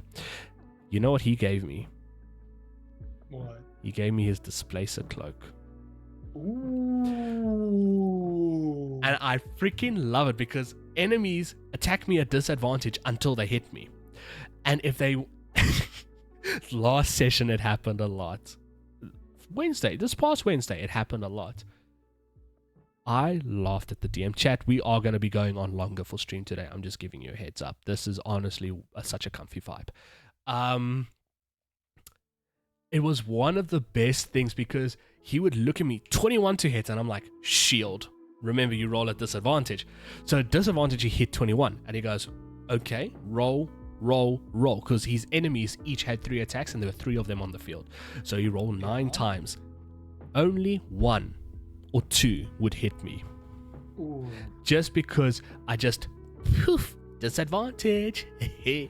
and the warlock gave it to me because he then got foresight, which means you roll ability checks and attacks always at advantage, and any attack against you is at disadvantage. No, foresight's also, it's ability checks and saving throws that are advantage, and then your wow, I sound like a nerd. And I can't remember what is at disadvantage. Oh, attacks against you are disadvantage of foresight. And then he was like, yeah, I don't need this Displacer cloak anymore. I'm like, give it to me. So I unattuned from a quiver that actually gave me Dimension Door and let me add a D12 onto my damage dice if I stowed any weapons in it. And I put on the Displacer cloak, which is probably the best decision that I've made for Draven. Oh yeah, dude, something like that is just insane. Oh, 100%. Okay. Mort, Steph, Leah, you guys can give me ideas here. And chat, you are also allowed to give me ideas here. I love that cloak. 100% Reaper. I had it equipped at one stage. Yeah, you go. You see. So I was thinking of doing letters of like a Greek alphabet or like a Viking alphabet for the chat, I just want to get this mic down a little bit, a bit out of my face. There we go. For the magic chalk. So I want to hear your guys' opinion, right? I think they must draw pictures. And I'm going to force them, if they're in Colston. Okay, so for chat, for argument's sake. You know what, Valenta's Gaming, if you're in chat, it is what it is. For chat, for argument's sake, if they're in Colston, right? I'm going to show you what I'm doing for Colston. Fishing farms of Mosa. It's a fishing village. They must draw me a fish. If they can figure out what to draw per town, they'll get the unlock to the teleporter. I'm not going to tell them. Then they can use, as Mort so graciously said, they can use their Locomancy chalk. I think I'm going to call it the Locomancy chalk, actually. Not the magic chalk, the Locomancy chalk. They can use their Locomancy chalk to teleport there, right? So for argument's sake, chat, I want you to help me with Mosa. We are going to finish Mosa probably today, and then I'm damn as well sure going to be doing another comfy stream like this with D&D prep again, because I'm loving this. But then we'll probably do Yukos, Bosun, Kingdom of Quimble, and we will probably do the Badlands as well at some point. But let's do this. All right, so Bosk. But we have to do the capital. So Boz, Kingford, and Des, they'll have, like the Locomancy chalk will come with like a little manual or something. I don't know. So Bosk, I'm thinking they can draw a rabbit because magic. Bosk is the capital of magic. Chat, let me know if you got any ideas. So I'm going to give you the breakdown of each of these places. You tell me what you think.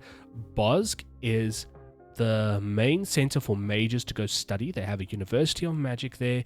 The Archmage White Mane is the ruler with his apprentice Greytooth. So yeah, they are the rulers of this. Give me pictures we can draw. A picture they can draw. Like, but it must be basic enough. Before you carry on, what kind of rulership is this? Is this like feudal? Is it just a basic democracy? Is it a magocracy? What is it? Where's the Kingdom of Mu? Oh, Mr. J-Mu ZA, how are you doing, broski? I really hope you're doing well today. Welcome into the chat, my man. I'm gonna hoy you a little shouty outy there. Guys, if you have not shown J-Mu some love, please go. What an absolute legend the man is. Kingdom of Mu. Sure, we're probably gonna have to find a place for that, don't we? We're gonna have to find a place for that, Mr. Mu. Anyway, sorry. Mort, you asked. I'm wondering like what kind of rulership it is, because for example, if it's a magocracy where the mages are in control, the mages rule and the mundane people, they don't really have much. You know where I'm trying to go with this. Yeah. I'll tell you now. Then it would have a much more skewed view than, for example, if it was democracy. Yeah. Because I just want to respond to if it's chat. a magocracy, then why would mages ever listen to the regular folk? So I don't know if you were here when I read the backstory, but I'll tell you now.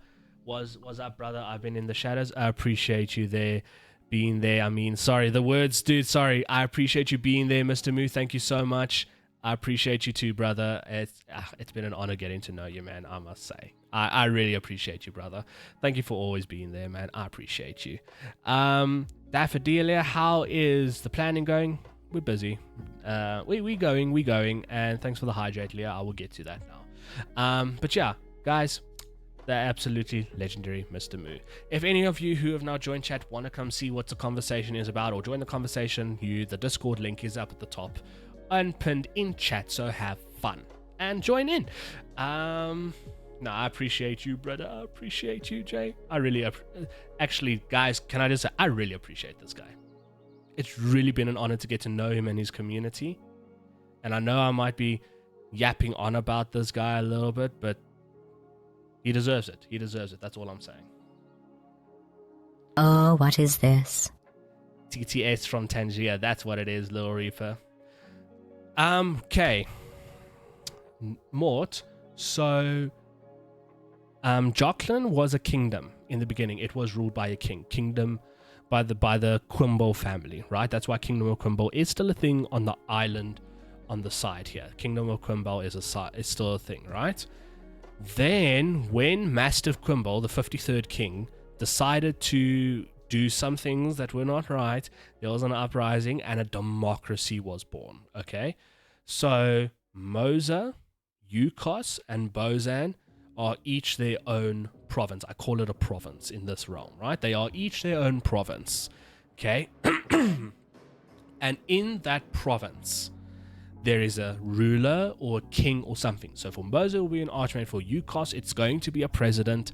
And for Bozan, it will be like a sergeant major type thing. Just to go, ooh, chat, this is a vibe. Let's just appreciate this lo-fi real quick. Sure. Okay, there we go, chat. I'm done there. I just had to vibe with the lo-fi. Okay, so Yukos is like your basically like a province. It does everything. Oh, you foolish mortal. You do not realize the power you have given me. Heh. Yes, and I have limited every single user to 1,500 characters on Tangier so that everybody gets an equal chance to play with the TTS bot. So I'm just letting you know, little Reaper girl, don't waste your characters. Hehe. Anyway, so Bozan is very much military. They're very much a military province. And their agreement to the now Jocelyn is we will protect Jocelyn, right? That's what they bring to the table. UCOS is bringing farming and industrial to Jocelyn, saying, okay, we will do farming, we will main in farming, and we will main in industrial, right? Okay. So from Then what I'm hearing Moza is that you've got effectively like an overarching, almost an oligarch, with these different groups managing what they are specifically good at. yes, That's what and I'm then hearing so far. yes, and then the three come together and they will like elect president, like they'll elect not the presidents, they will elect, you know, who will rule Moza next or who will rule UCOS next. It's very much a democracy. It's very much voting counts. People will vote, the village will vote. This was given to the people when the Quimbles were exiled for what they did. Okay. Yeah. So it's not a provincial rulership. Not necessarily, no. Daffodillia, thank you so much for the look. Appreciate you, homie. Because Appreciate all the if homies. it was like every province elected their own ruler, you could have had a much more diverse kind of view. Like your military route, they could have been having more of a Starship Trooper kind of vibe where Yeah, I feel you. service guarantees citizenship kind of deal. If you're not part of the military, you're not really gonna be in for a good time here. Your opinion has very little influence.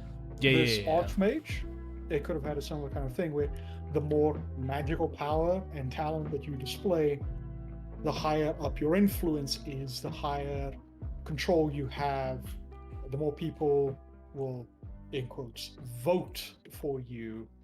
Totally not because you have actively brainwashed and threatened their families to do this. Yeah, I hear what you're saying. I get you. That makes sense, actually.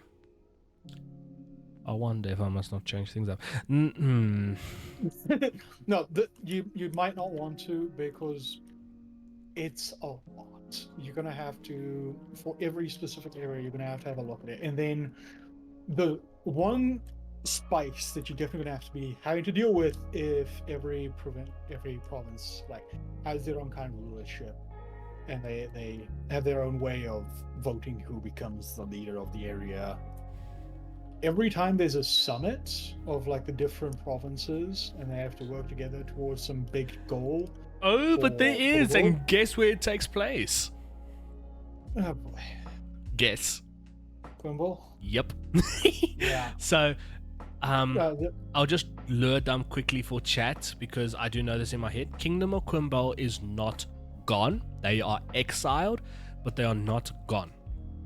And they are still included, even though their vote doesn't really count that much, quote unquote, they are still included in many of the decisions that happen in Jocelyn. And Tindessa, I think is the place's name, where there, Kingdom of Quimble. Oh there we go. I remember I swapped Council Island into Kingdom of Quimble. There we go.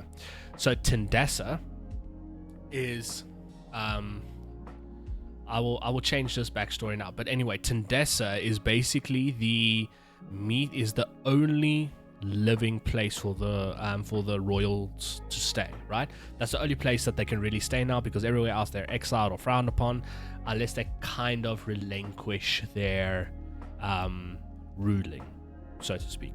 Chat, an advert's about to start. If you're not subscribed, just grab yourself a snacky snack real quick and we'll be continue, and you guys can enjoy the stream afterwards. Anyway, so Kingdom of Quimble, right? Kingdom of Quimble is very, very much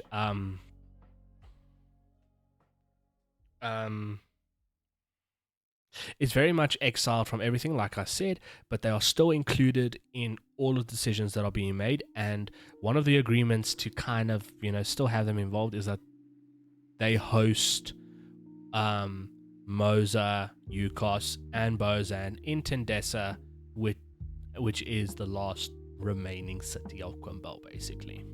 Okay. Yeah. The thing is, though, if you, well, like I was trying to get it, Yeah. if you've got all of these different kinds of controls, like you've got a majocracy over here, you've got martial law over there, you've got this actually fully democratic group here. When you've got these gatherings together for the people to, try and decide what to do for the world, Yeah.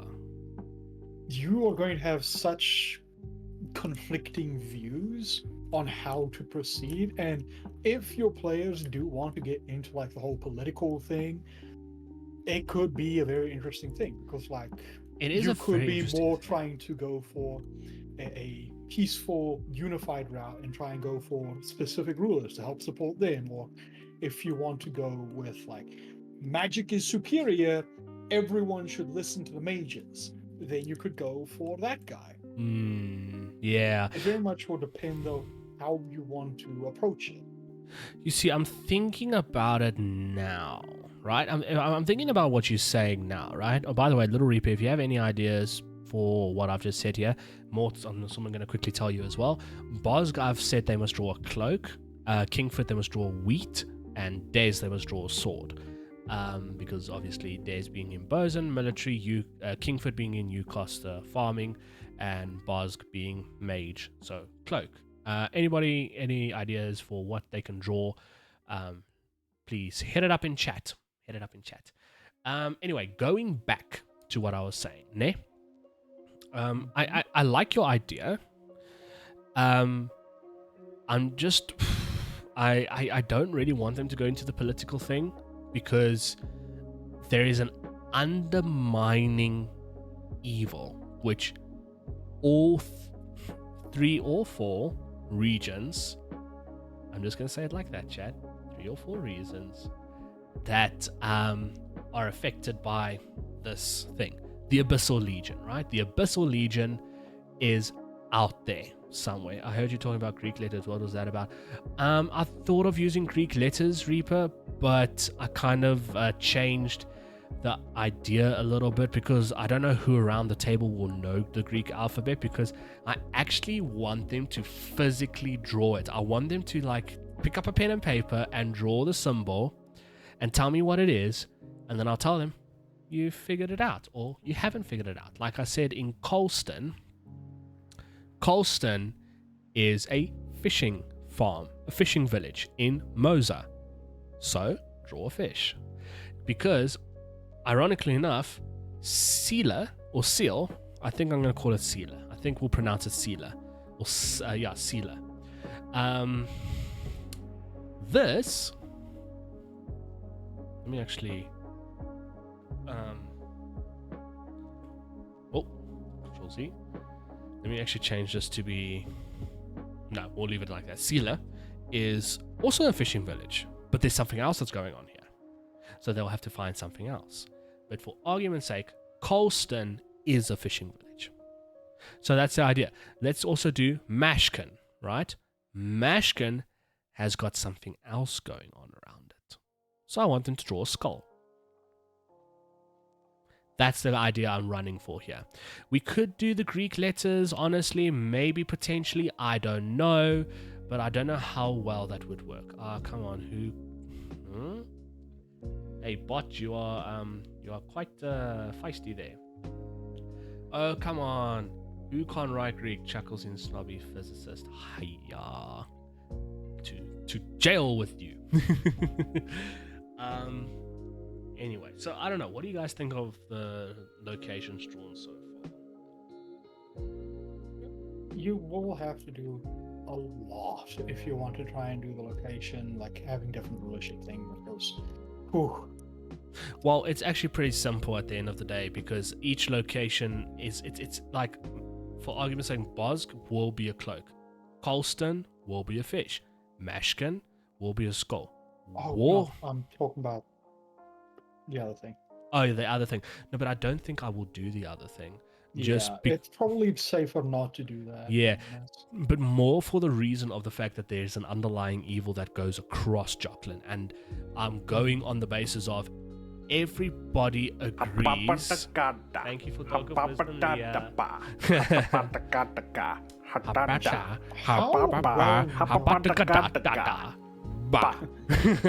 Yes. How well known is the evil? Like, is it? They know it's there. knowledge? They know it's there. The party themselves have not seen it, but they know of it. So the whole idea behind the evil that is currently in the realm of Jocelyn is they know of it, but they haven't seen it. They haven't seen a servant, nor have they seen a slave. Okay, I just realized I'm talking and chat, and probably you guys don't even know what I'm talking about. The servants, obviously, are the servants of the master, carry out his duties. The slave is the weapon which they use. They are using a musket type vibe that is imbued with dark magic, or shall I say fey magic, that shoots out eldritch blasts, concentrated eldritch blast to a target. It is a one-hit kill with that weapon. Ooh, fun. But the weapon can only be used once before it has to be taken back to be imbued again.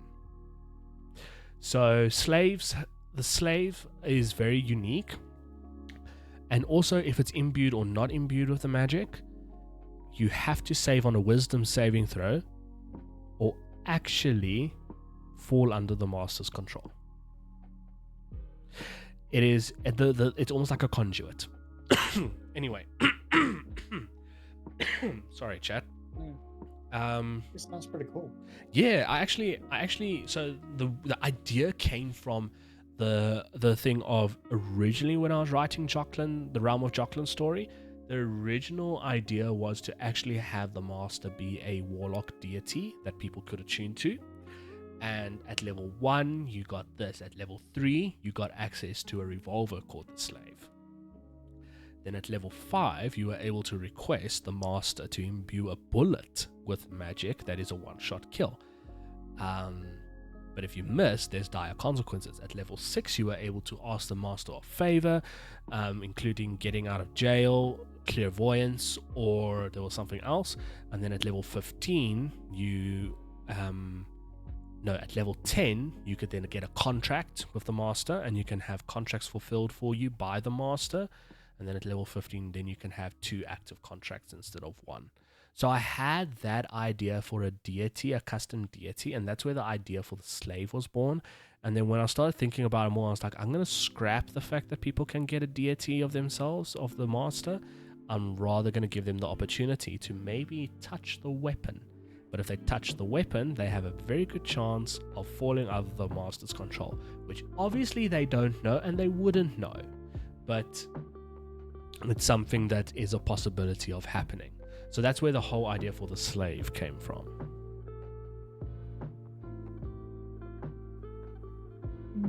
I really dug into this when it came to the BBEG. Like, chat, I'm actually going to play the song. For anyone who is in Discord, I would suggest that you actually just listen to stream to hear where the inspiration for the BBEG came from, and it came from this song. I'm actually going to turn it up a little bit. I'm going to skip to it. I want chat to hear where the inspiration came from.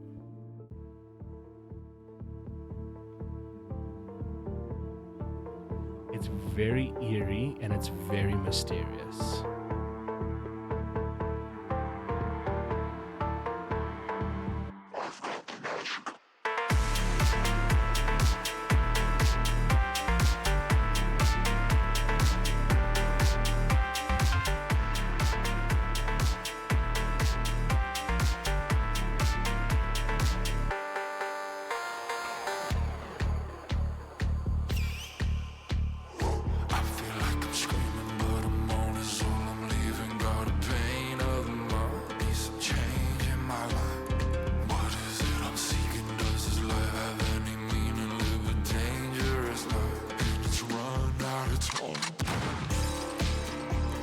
Kill them all, let's pray.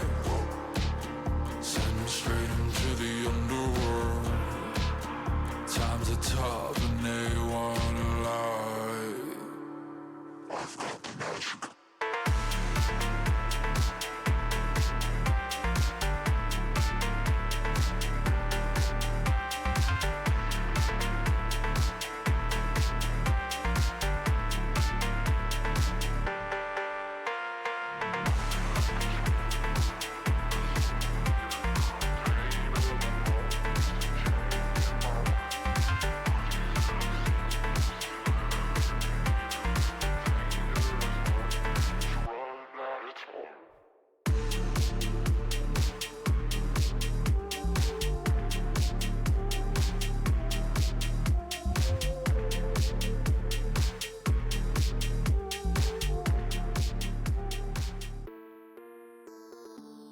So chat, that was the inspiration.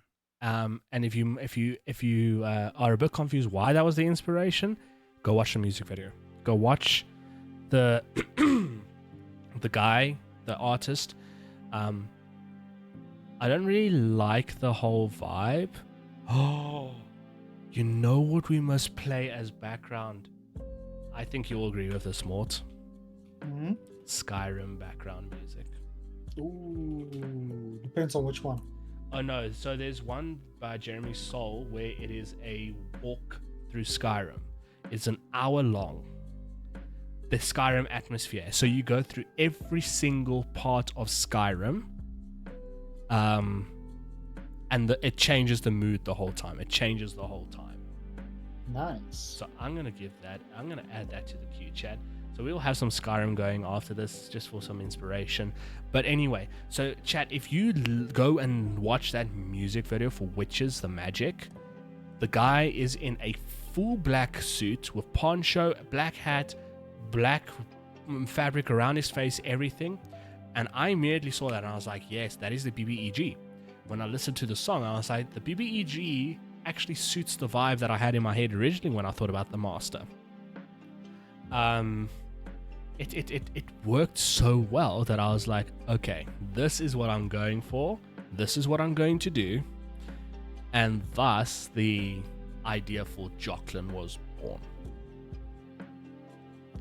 Alright, so I changed Bosk to a book because that's a university area, and I changed Hatford to the cloak because Hatford, most of the mages who are powerful are born in Hatford. For some reason. That is part of the world lore. Nobody knows why. Mashkin will be the skull, or maybe not skull. I would say no. I'm sure. Could be that like the actual location has got something to do with it. But it does. So Hatford's going to be the first place that I'm going to be hashing out a little more. After we finish the Locomancy chalk for Moza. Ooh, there we go, chat. We're gonna be walking through Skyrim with this background music. It is such a chilled vibe. We're gonna be enjoying ourselves here. This was a brilliant idea. I'm loving it. I'm loving it. All right. Where was I? Right, so Boz will be the book, Kingford will be the wheat, and Des will be the sword. Those are the capitals. Then for Moza, Colston will be the fish. Worgen is going to be a door. There's Lure behind it. Mashkin the skull, although... Alright, so let me give you... Mort, you have a bit of an idea. Reaper, if you're still in chat, give me your ideas. Anybody is welcome to give input here. I feel like this stream is a very good place to actually just get input and get involved with the community. I'm going to say this, alright? Mashkin, dark magic, okay? Dark magic. Not hemomancy, not necromancy, but still frowned upon, right? So I don't think... I mean, maybe we can push for a little bit of necromancy in that area, but it's dark magic. By no means is it sacrificial in any way, shape, or form, but it is still dark magic. I would say maybe... I think maybe necromancy would probably be one of the best ways to describe it, but I don't know if a skull is probably the bestest of ideas for if it's the going symbol. Dark magic, like the main thing doesn't necessarily have to be necromancy. It could just be like focused around curses and hexes. Yeah, that's things probably like not a that. bad idea. Curses and hexes works because I wanted to put necromancy into Holster. For reasons which we will get to when we do UCOS. Well, when I do UCOS or whatever. Yes, this is bothering me now. Necromancy, eh? Hi, I'm Bob the Necromancer. Today we're doing another unboxing. Oh no. Oh, that's still one of the best things ever. Oh yeah, so they can do curses and stuff, but then what can the symbol be that they need to draw to get into Mashkin?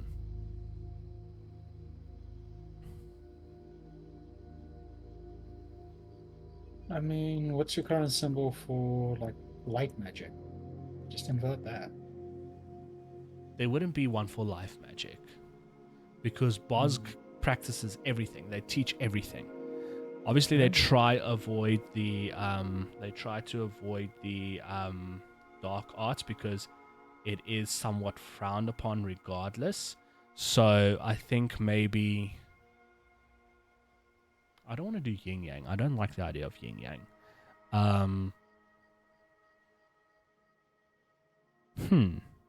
Necro, you have any ideas? Bozk. Bozk is a book.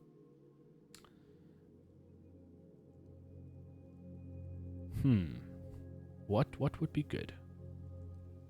What would be good? I actually don't know what would be a good symbol.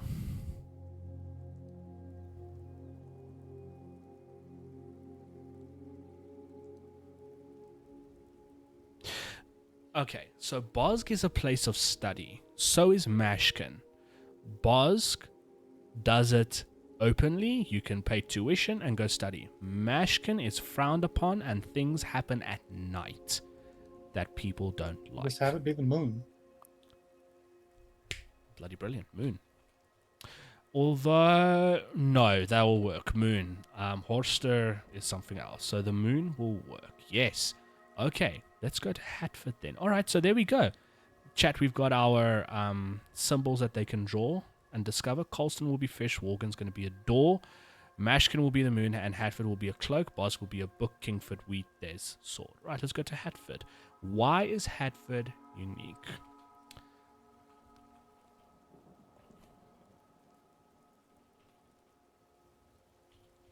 You know, you could also have like accidental locations. When you say accidental locations, like locations that they discover on their travel.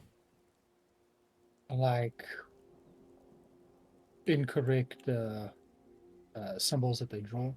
Either not getting it right or they're in a panic. Because the way that you're setting it up, it seems very much like you have to get the correct symbol. Yes, it is that. And I if you get the like wrong that. one, who knows where you'll end up. I like that. Ooh. It's like Colston. If they draw water, I'll have the ocean flood the room. Yeah. I like that idea. That's bloody brilliant. I mean, yeah, the thing is literally like, but this also means that locomancy, Yeah. not everyone can just do it. This is something that not a lot of people are willing to do, because if you get the thing wrong, you're going to end up a place that you don't want to be. And odds are, you're not getting out. Yeah. So the thing is with the locomancy chalk, right? So I must actually specify that here. One piece of chalk opens 3 portals. Chalk can be as well. Yeah. I was either thinking 3 or 5, but it has to be limited, and it can be bought from any mage. Well, from any. Let's see, from any mage I would shop. say it wouldn't be any. It'd probably be specific ones that have to specialize in making it. Otherwise, literally, some random kid can just do it by accident. No. So listen what I've written here, right? So I said chalk can be bought from any mage shop outposted from Moser. So Moser specific outposts will sell the chalk. Because I think I was thinking to myself near the Archmage.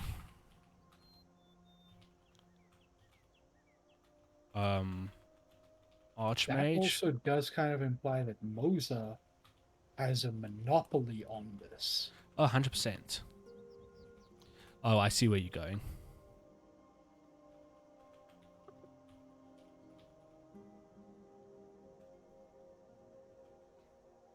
No. We'll do it like this. Chalk can be bought from any mage shop outposted from Moser. 3 chalk. 10 gold pieces. Ooh, that's expensive chalk. Holy shit. But they get 3 for the price of 10. Fair. And the reason you see, I would actually even change it to 2 chalk, because 2 pieces of chalk is 10 portals, which is okay. The going there and back, yes, sure, that is That's implying they use it for that. Yeah. What? Actually, here's a bigger question for you. Oh, and How also the chalk can break. large can the summoning be? Like, It will be the for same as example, Dimension Door. That's something that I did think about.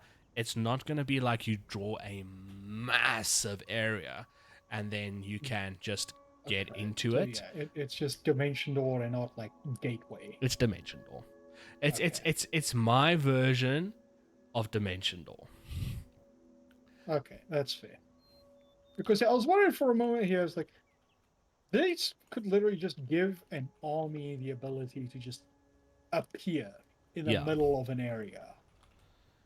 I want to see something. There's probably some other version of it that achieves that, though. Some stronger, exclusive, probably with additional rune work when they have to make it. Yeah. What I was actually thinking now, like when you mentioned that, what is this Chatterina thing? I want to see what's going on here.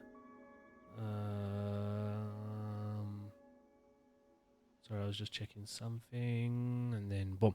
So what I'm actually thinking as well is, right, the chalk is brittle. The chalk can break.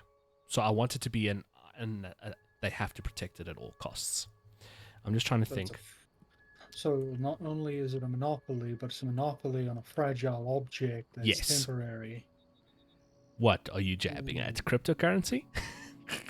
Yeah, I'm doubling that. Chat, if you invested in cryptocurrency, why don't you drop your thoughts in chat if you feel keen.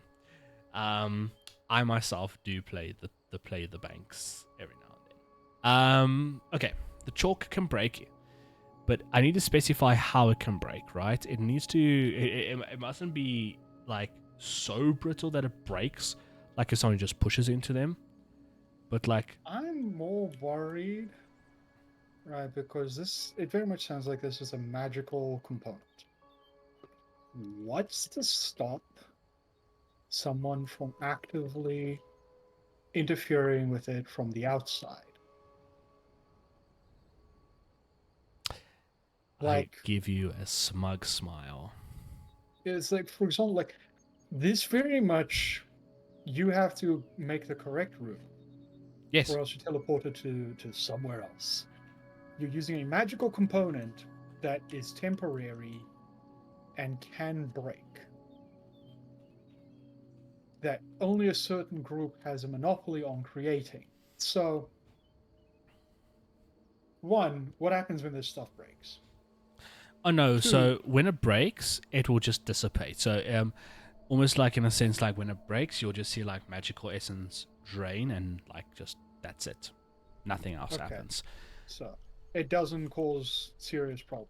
No, it doesn't cause serious problem, but it can be influenced. I get it. The other thing is like, yeah, if it's influenced, how severe are we talking here? Because already, if you just make the incorrect rune, you're getting teleported to somewhere that you didn't want to be. But now here's the bigger issue, right? What's stopping someone from trying to either make a counterfeit version of it to, I don't know, sell to the enemy, or make a quick buck? Because if only one group supposedly makes it, that is a very premium monopoly that, hey, there's gonna be groups that want to get in on that. 100%. With you mentioning that now, you're making me think a little bit because I think so I like the idea of the wrong locations. Let's get that right. This is something that you guys wouldn't know because it's early in it's part of the master. The master has his own locomancy, like way of doing things. Can I say he has his own locomancy magic that is not a chalk? It is something else. And again, it's an item that the people can find, but it can cause issues if they use it. In terms of counterfeit chalk, you've given me an idea. I think the idea of counterfeit chalk is amazing. And I think it must be done. For any players that is in this chat, I apologize. Let's see. I'll quickly go through the list here. Who have we got hiding? Oh, we got some legends in chat, I see. Thank you so much, everybody who is lurking away. I appreciate you all. No, none of them are in chat. I just had to make sure. No, so I love the idea of counterfeit chalk. I absolutely love the idea of counterfeit chalk. I think one of the ways that it can be done, right, is instead of 5 users, you get 1. Mm-hmm. If it's good counterfeit chalk, right?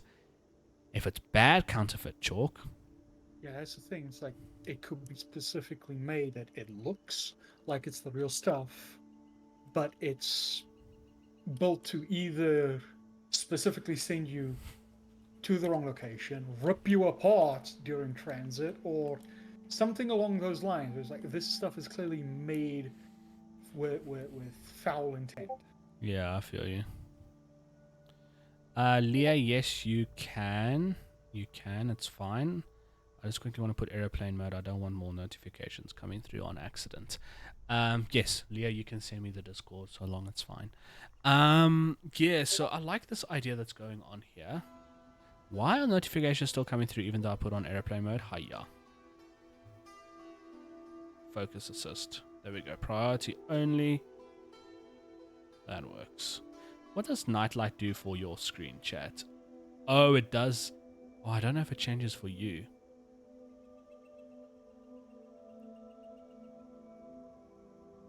You can trust this chalk. It's not the blue stuff. Only the blue stuff should be purchased in dodgy allies. If you want to assassinate a party that's causing trouble, you give them some of this locomancy chalk specifically formed to only send giblets. Like, the transport is faulty.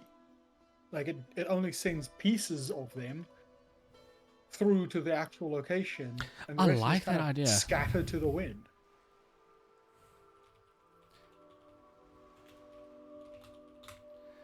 I feel you on that. That's actually not a bad idea. I'm just trying to think now, right? So Your players are gonna hate me. no, I like this idea, and I mean they can hate me. I mean, I'm pretty sure there are times where we hate our DMs anyway for things that they do, but we love them regardless. Let me see here. I'm trying to think. All right, so 2 Locomancy chalks will cost you 10 gold pieces as genuine. You get 5 portals per chalk. Okay. I'm going to say 1 Locomancy. Okay, chat, there is an advert. Please be aware. 1 Locomancy chalk in inverted commas. I'll say 10. Isn't 10 gold pieces 1 platinum? No. Yeah. It is. Okay. 10 gold pieces. No, but then I'm going to change this then to 8 gold pieces, and then 1 Locomancy chalk can be 8 silver pieces. So the fake. And then I'm going to put here 75% chance of failure. They will roll for it. Ooh. They will roll for it. And then we'll do this. We'll do D1 to D10. I'm going to say... See, I need to take into account now that they are low level. So I'm going to say 64 force damage. 10 feet radius. You could also take into account distance travel. Oh, yeah. Oh, yeah. Okay. No. You know what? That's gonna fuck with them a little too much. Let's not do that. That's gonna screw them a little much. One area to another in the province is not going to be nearly as taxing as one side of the continent to the other. Yeah. We'll do then 3d4 force damage, 10 feet radius, and then It would be a funny way to assassinate someone, though. Oh, it would be damn funny. D11 to then. Oh my soul. Freaking Necri coming back in with the Immortal Snail. I think that is still one of the best things to date that I've heard. To D20, we can do success. 75 chance of failure. Arcana roll. So, I mean, even a good mage will be able to get the thing working. Oh, yeah. But then there's also, like, a good mage should be able to figure out if this is the good stuff or not. Oh, 100%. Actually, you know what? I feel like 75% chance of failure is too high. We'll do 50% chance. And then I will say, instead of force damage, 10-foot radius, pushed 15 feet back.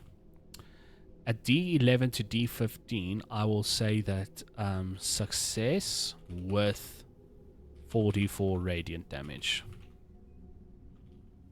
Okay. I think that will be I don't think that's a bad idea. Yeah, force damage is fine.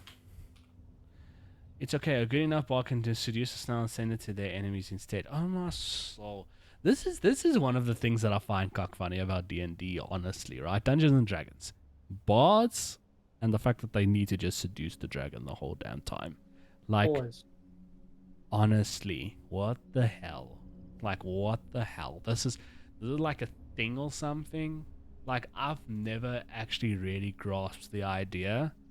But hectic, man. Hectic. Dude, my one character, my one warlock, accidentally got married to a dragon because he tried to save her life. Sure. Okay. I'm not even joking. Like, the whole shtick was basically that the dragon was a lot of its life force had just been ripped out. And my guy was just kind of out of options. And he had a ring of regen on. So he put it on her. And it worked. Oh, hectic.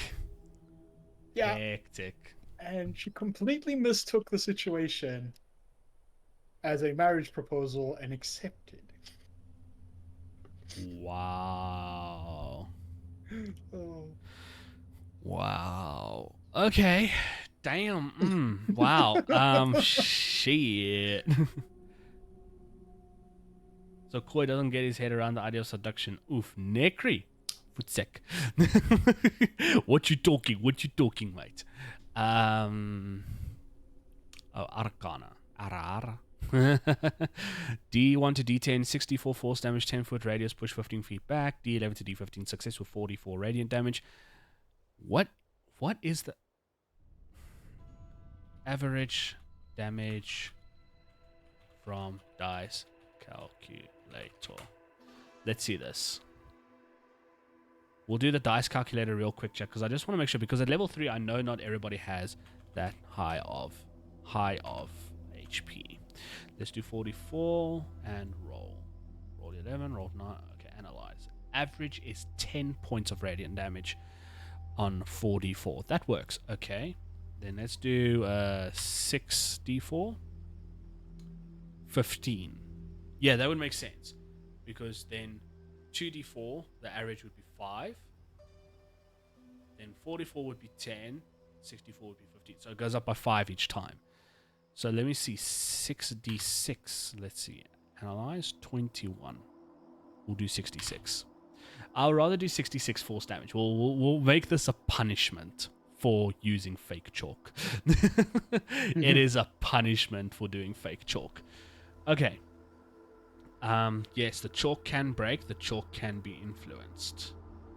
Then travel mechanics, so let's actually add in and I like the idea of the Locomancy chalk, so we'll call this the Locomancy stone. Used by the servants of the master to travel through the world. uses Fey magic can be unlocked by mortals.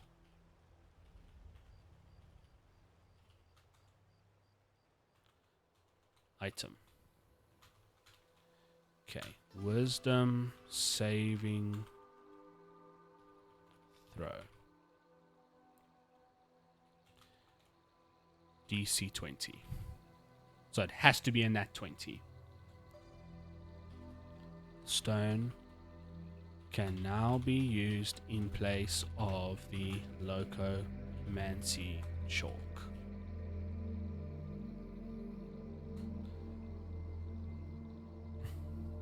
Then if I write here failure,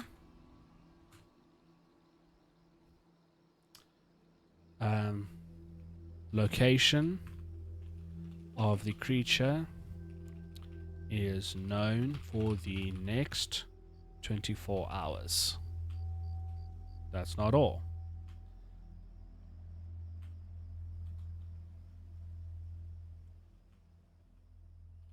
Oh, there we go. It does start typing there. Location of the creature is known for the next 24 hours. Suffer 44 necrotic damage because it's going to be dark fey magic maybe. Hello Lich, how's it going Lich? Thank you for the yippee. How's it going Lich? How's it? Suffer for... No. I don't want to suffer damage. Location of the creature is known for the next 24 hours. Race is identified to the master. And a presence follows the player for the next 24 hours. Disadvantage on perception checks.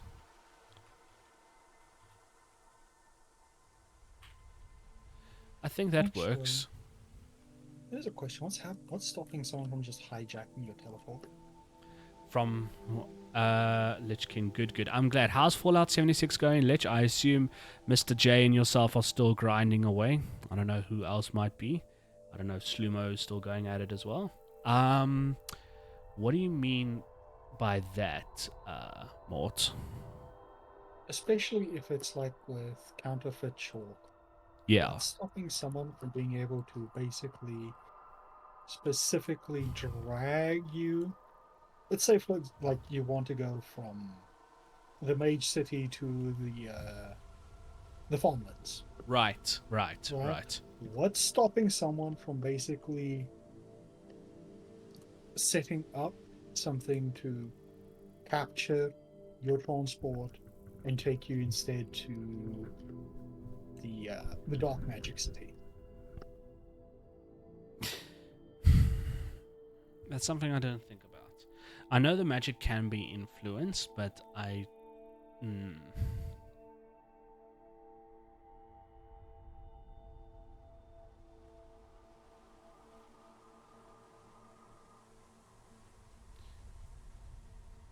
how would they hijack the magic, though? That's what I'm wondering, because, like, the way it's set up, it doesn't seem like it will be feasible. But it is something that I'm curious about, because there are ways to hijack Dimension Door and Gateway. Oh yeah, no, definitely. But I think in terms of this, right? I think there is a way.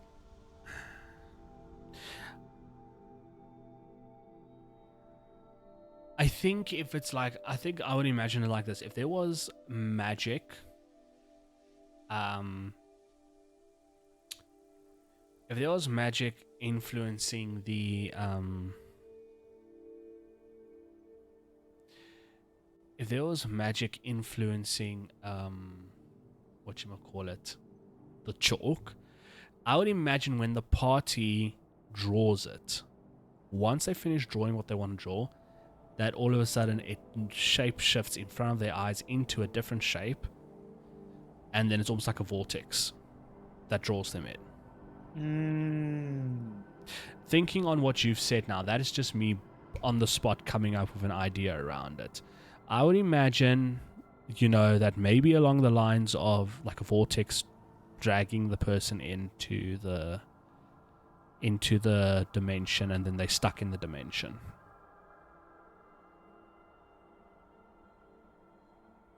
I think that's probably the best way to go about it. If I had to think about it now out loud, that's the best way to go about it. Yeah. Alright, so we'll add that to the Locomancy chalk, but let me just finish the Locomancy stone, which is the servant's way of traveling by the master. So a natural 20 is the only way they'll save unless their wisdom is high enough. The stone can be used in place of the Locomancy chalk. Failure, location of the creatures known for the next 24 hours. Not race is identified to the monster. A presence follows the player for the next 24 hours. Disadvantage on perception checks. The player feels paranoid for the next 24 hours. Disadvantage on insight checks. On insight and... No. Disadvantage on charisma checks. I want it to be a punishment for sure if they do not get to unlock the Locomancy stone. Yeah. So location of the creatures known for the next 24 hours is good. A presence follows the player for the next 24 hours. Disadvantage on perception checks. The player feels paranoid for the next 24 hours. Disadvantage on charisma checks. Because I would feel like you're nervous. You don't want to talk. You feel anxious. Like, what did you see over there? Yeah. What's that? What are you talking about? I can't trust you. You understand what I'm saying? So, Yeah. And then I also want to do something for insight. The player starts to feel unsafe. Oh no, hold on. We'll add it to this. Damn, Leah. Okay, look at that. Look at that right there. Chat, if you're here, and if you hear me, exclamation mark PPC, how big the ding dong is. A presence follows the player for the next 24 hours. The player feels unsafe. There we go. So if I add the unsafe thing, then I can say disadvantage on perception checks and insight checks. There we go. Because, sorry, I touched the microphone there, chat. Disadvantage on perception checks and insight checks for the next 24 hours. The player feels paranoid for the next 24 hours. Disadvantage on charisma checks. Or maybe I must do that on a No. It must be a punishment. I want them to be punished if they fail the saving throw. And then wisdom DC saving throw. If the player tries to use the stone. There we go. So I won't make them save if they just pick it up and look at it and cast identify for argument's sake. They won't succeed on identify. By default, they will not can't be identified with the spell identify unless the magic guarding the stone is dispelled first. Okay, damn, someone's stealing inches. Hiya. Okay, I like that. So used by the servants of the master to travel through the world. Uses fey magic can be unlocked by mortals. Can't be identified with the spell identify unless the magic guarding the stone is dispelled first. Item. Wisdom saving throw DC 20 if the player tries to use the stone. The stone can now be used in place of the Locomancy chalk. Failure. Location of the creature is known for the next 24 hours. A presence follows the player for the next 24 hours. The player feels unsafe. Disadvantage on perception checks and insight checks. The player feels paranoid for the next 24 hours. Disadvantage on charisma checks. Okay, that works. That is a harsh punishment. So that works perfectly. That is perfect. Absolutely perfect. I like that. Ooh, now that I'm on the bandwagon, I'm gonna make the... No, I won't make the slave. Okay, Locomancy Chalk. 2 Locomancy Chalk. 1 quote-unquote Locomancy Chalk. 8 silver pieces. 50% chance failure. Arcana roll. The chalk can break. The chalk can be influenced. In brackets, to quote Mortimer, someone can hijack the chalk. I'm just trying to figure out how they would do that. No, they'll cast a spell on the chalk, in a sense. They'll like cast maybe a kind of dimension. That kind of woke me up there, Leah. Wow, that's like, well, hello, I'm awake, you know, hello. Someone can hijack the chalk. Well, I mean, they can maybe cast their own version of Dimension Door on it, and then they can hijack the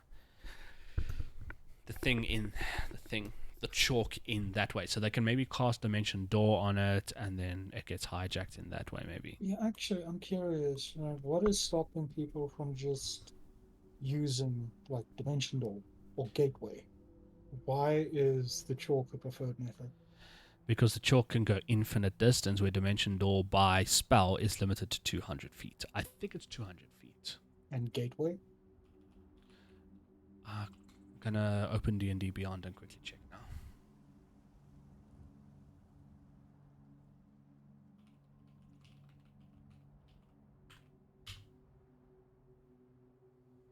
We'll quickly see. Like, it's something that's curious. There's other techniques, other methods. And sure, not everyone will have the magic to do it, but the magic users that have it, why would they use the chalk over these methods? Okay, so there isn't a Dimension Gateway. There is Dimension Door, according to D&D Beyond. I'm going to open it now. 500 feet. Yeah, so it's limited to 500 feet, and it's a 4th level spell, where they're starting at 3rd level, and they get immediate Dimension Door on steroids. I'm just trying to see if there's anything else. Stone Shape. I know there is other travel spells that cover longer distances. I just can't remember what their name is. Travel spells, D&D 5e. Let's see. We'll just type in travel spells, D&D 5e, and see what comes up. Teleport.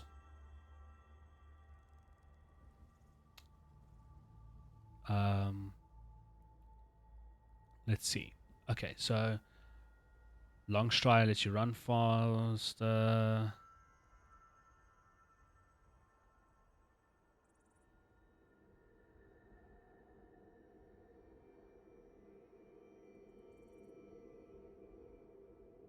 Okay, this is not helping me. I actually want the list. Okay, long strider increases your movement speed. Phantom Steed is one of the rite passage. When you pick it, you really opens the map. Suddenly you can travel 30 miles in a span. Okay, Water Walk, self-explanatory. Wind Walk, self-explanatory. No. All right, let me see these travel spells here. Let's have a look. Let's have a look. Long Strider, Fine Steed. Wind Walk, okay. Transport via plants. The travel option offered Windwalk. Transport via plants offers a useful method of harnessing nature for teleportation. Create a link between 2 plants on the same plane that lasts the duration of a round. D&D druids of any sort could seize the advantages of transport via plants to quickly move entire parties vast stretches of land. Okay, so there has to be plant involved. Gate is an enormously powerful teleportation spell with one enormous caveat. Unlike transport via plants and other spells, Gate can only open a portal to a different plane of existence. In the right situation, this can obviously be a game changer, and it can target precise locations without requiring a plant. Okay. Teleport is in many ways the ultimate D&D 5e travel spell. 7th level conjuration is what sounds like, allowing the caster and 8 creatures to move instantly another destination within the same plane. Alright, so basically the Locomancy Chalk is the 7th level spell teleport by the looks of it. Yeah, that's what it sounds like. Yeah. Still, I'm curious, because Gate is still very useful, transporting to another plane and then using that as an invasion point. Now Morty is up to other shenanigans with his thinking. I like it though. I like it. It's inspirational towards me and my campaign. Okay, I see we are coming to the end of the Skyrim atmosphere. We're gonna come back to lo-fi chat. Ooh. I think so. Well, I'm going to have to pop off. Take care, man. 100% Mortimer, I appreciate you being here, chat. Let's get some love for Mortimer. Mortimer, thank you so much for being here, man. I really hope you enjoyed your time on stream. Oh yeah, no, I had a lot of fun. We should do this more often. Oh, 100%, Take care, dude. 100%. We'll do it more often. Take care, Mort. Be safe. You too, man. Alright, ciao, ciao. And guys, that was Mortimer012. Thank you so much, Mort. Just to pay homage to the man who was here with us. Well, just before we managed to talk to the matriarch, Kronop showed up. And he has daddy issues. I mean, of course. Yeah, Talthor? No.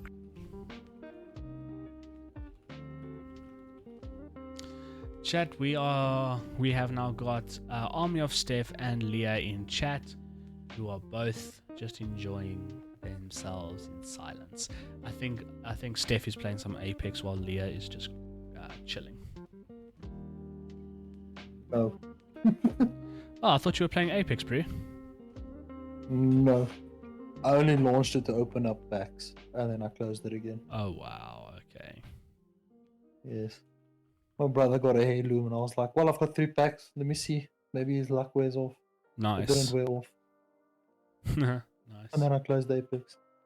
And now I've just been on the ukulele, which is why I've been muted up. Because this thing's very loud. Nah, I mean fair, Yes. I mean fair. So when we seeing your comeback to Twitch, bro? At this rate, never. Hiya. You need to come back, bro. I highly doubt I'll ever will. Really? You've got a bit of a sour taste in your mouth or something? Have you got a bit of a sour taste towards it or something? No. There's too much work. Oh, I mean fair.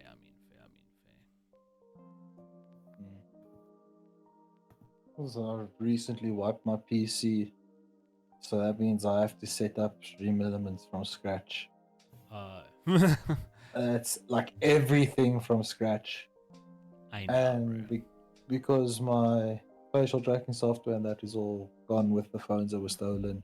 Oh yeah. I have to think of a new way to keep myself anonymous while still entertaining people with some form of face. So yeah, I've kind of just wear reached that a point of- mask. Wear a mask. No, not the one that I've got. It's too much work. Too hot. Too much work. Hatford was established by the first mages that came from the kingdom of Kimball. Yes. The bloodline within Hatford is strong. Mages with many keeping the bloodline alive. Put that down. I'll finish with that at least. I'm trying to think here.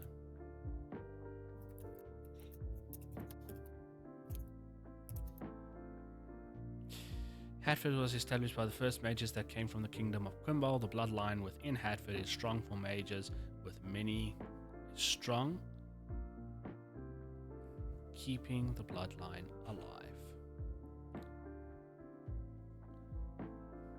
Birthing many magic users. Yes, I like that. That works.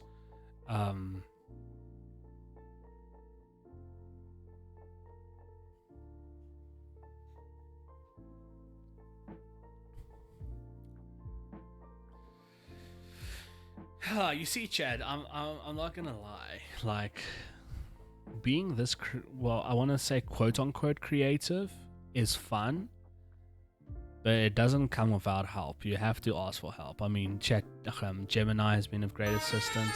Oh my soul, that just woke me up.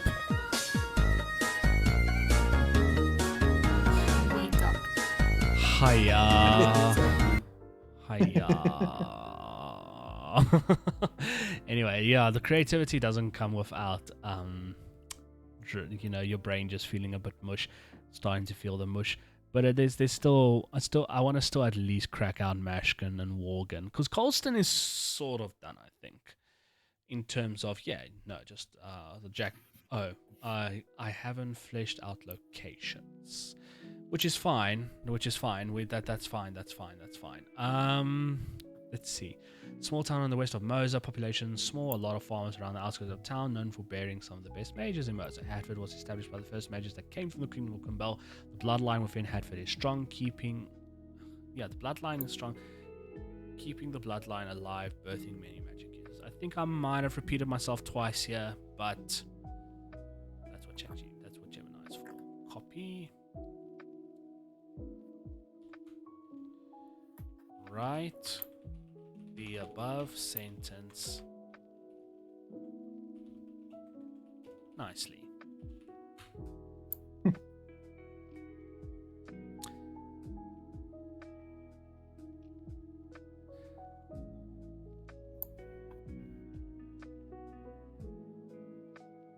There we go. Perfect. In Hatford, the bloodline was a river of power. Generations of spellcasters flowed from its source, their magic an undeniable birthright. Muy bien, muy bien, muy bien, muy bien. That's exactly what we want. Alright, chat, I'm going to just zoom in here. This is the town we are busy. Well, we're going to move over to Mashkin now. We're just basically slowly but surely adding into it. This is not born within a day. This whole process is not done so quickly. There's a lot of that goes into this. Yo, chat, I need to shave. Hiya.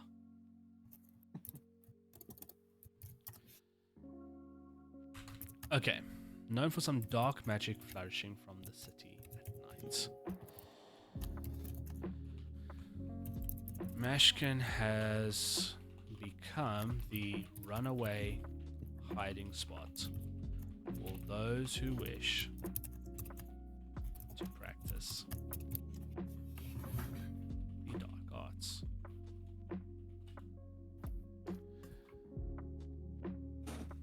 The darker arts of magic.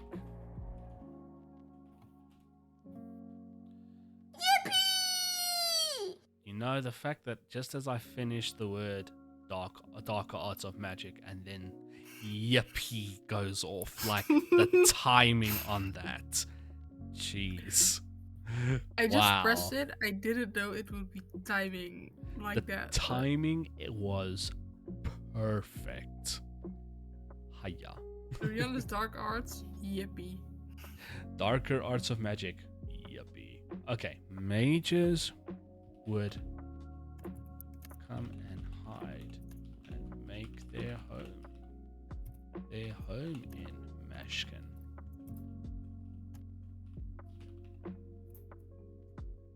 Mashkin, when they wished to pursue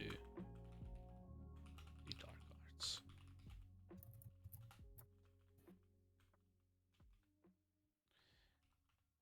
It is clear to say that Mashkin...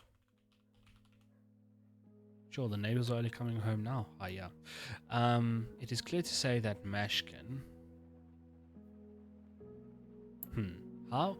Chat, there's something I want to say, but I need to word it properly in my head for it to work, and I'm not quite sure how to do that as of yet.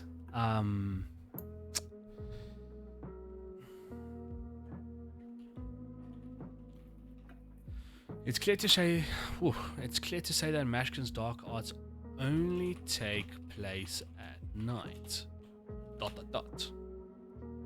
Yippee. Hiya. During the day, the talk about the darker side of magic is kept minimum, meaning that should anyone not like the idea of it, no, meaning that only the select few knew about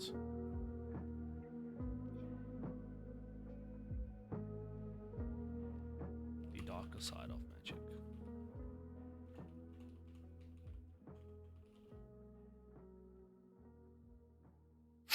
Oh, that's Mashkin.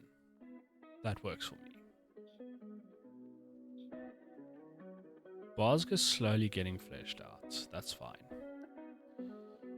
Colston, yeah, I think we'll come touch base here again at Colston.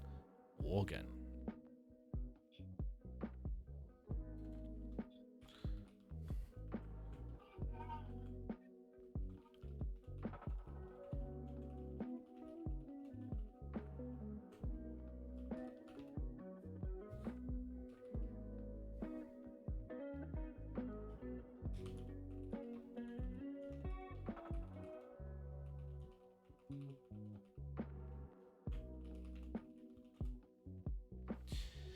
Morgan has been tasked with identifying prospective magies that travel through their town.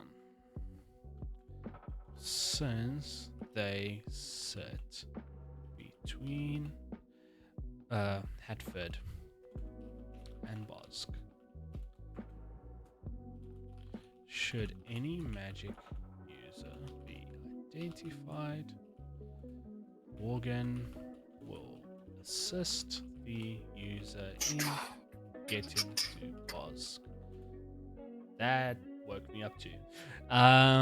Should any magic user be identified, Morgan will assist the user in getting to Bosg with the use of chat. There's an advert going on. If you're not subscribed, stick around. It will soon be over.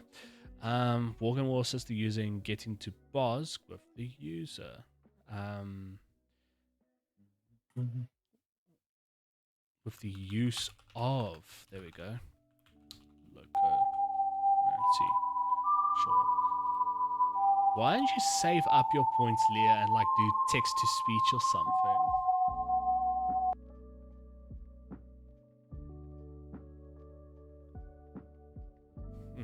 Morgan has been tasked. Because I don't want to. Okay. Morgan has been tasked with identifying prospective magic users that travel through their town since they sit between Hatford and Bosg. I refuse. Oh. I refuse. Ha ha, Steph. I read I refuse, and then I saw Redeem 10G. I was like, oh. Morgan has been tasked with identifying prospective magic users that travel through their town since they sit between Hatford and Bosg. Should any magic user be identified, Morgan will assist the user in getting to Bosg with the use of Locomancy Chalk. I'm also going to do this. I think this is going to be a nice lure dump. I'm playing Val, so me muted, so I won't curse too much. So new stream. Thanks, Leah. Morgan is also the main manufacturer of Locomancy Chalk. I think giving this town the opportunity to produce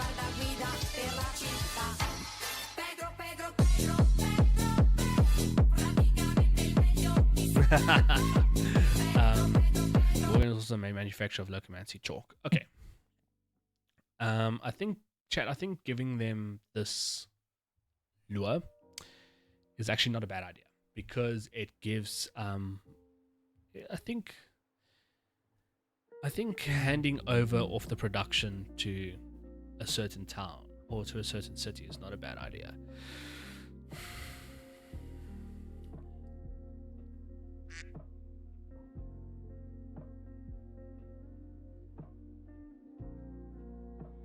Flippin' Leah doing the duck sound. I know it's you.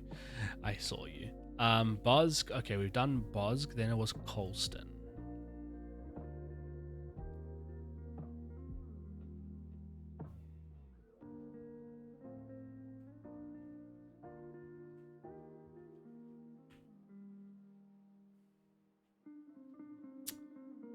There we go, ability taken away.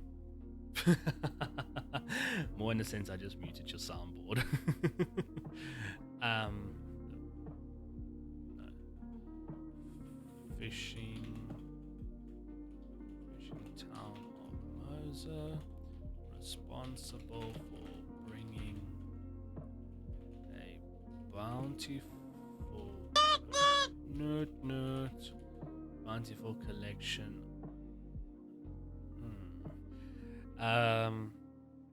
So I'm gonna show you something on my tablet here for Touch Portal, which is now blurred, but where my finger is a big red button. It mutes all alerts. So don't make me press it. I'm joking. I will not do that to chat. I will not take away your fun to torture me. I will not take that away.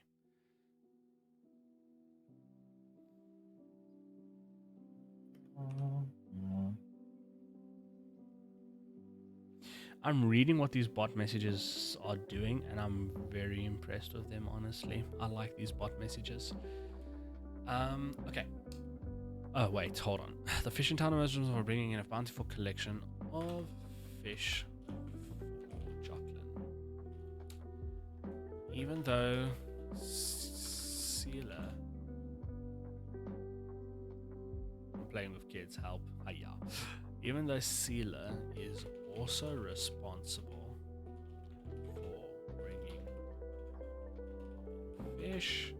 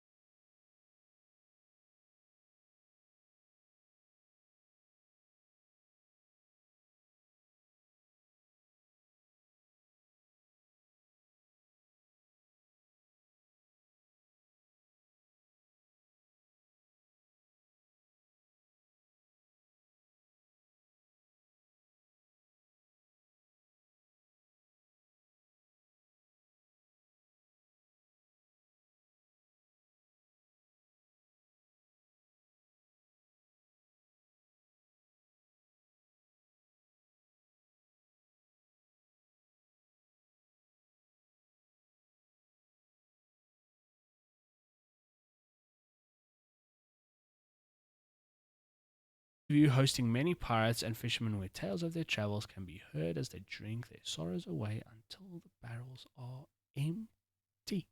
Lovely. All right, you know what? We've just hit the 4-hour 10 mark. Chat, I am tired. I'm going to say goodbye to everyone in Discord. Oh, wait. Load. Stream elements. Hiya. Damn. Well, chat, I think I have found a problem with my overlay for sure. Let's do this. Let's just give it a chance. So we're gonna go back to in-game. Then we're gonna come back to chat and see what happens. Much better. Much better.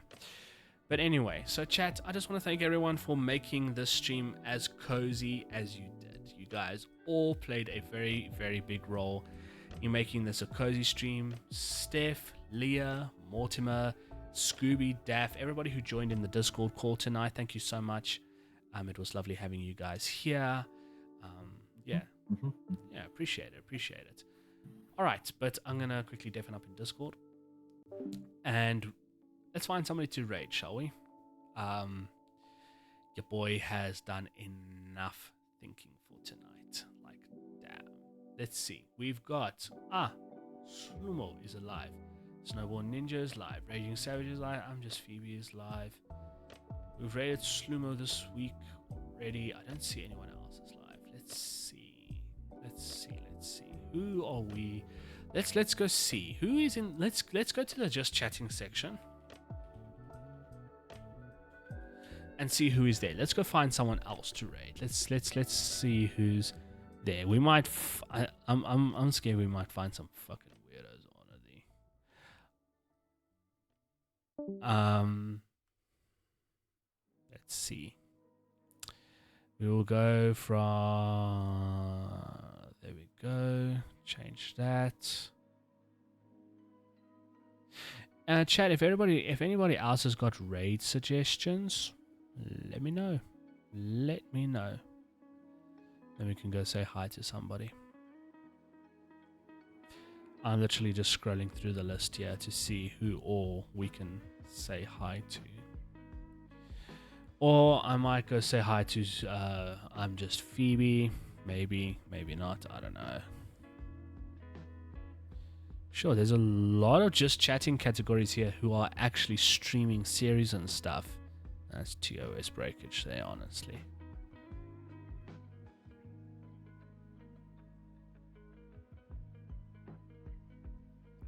Trying to see what else we got here.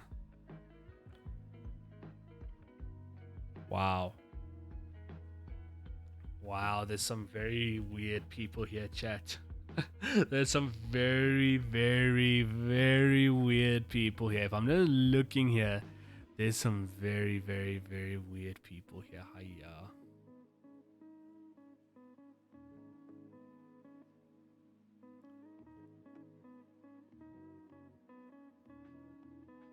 Okay.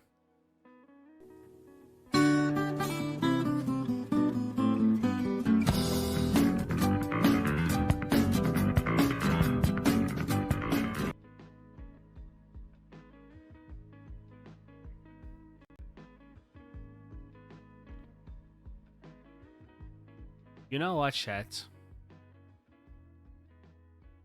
Let's go say hi to Snowball Ninja. I think let's go say hi to Snowball Ninja. So we will raid Snow.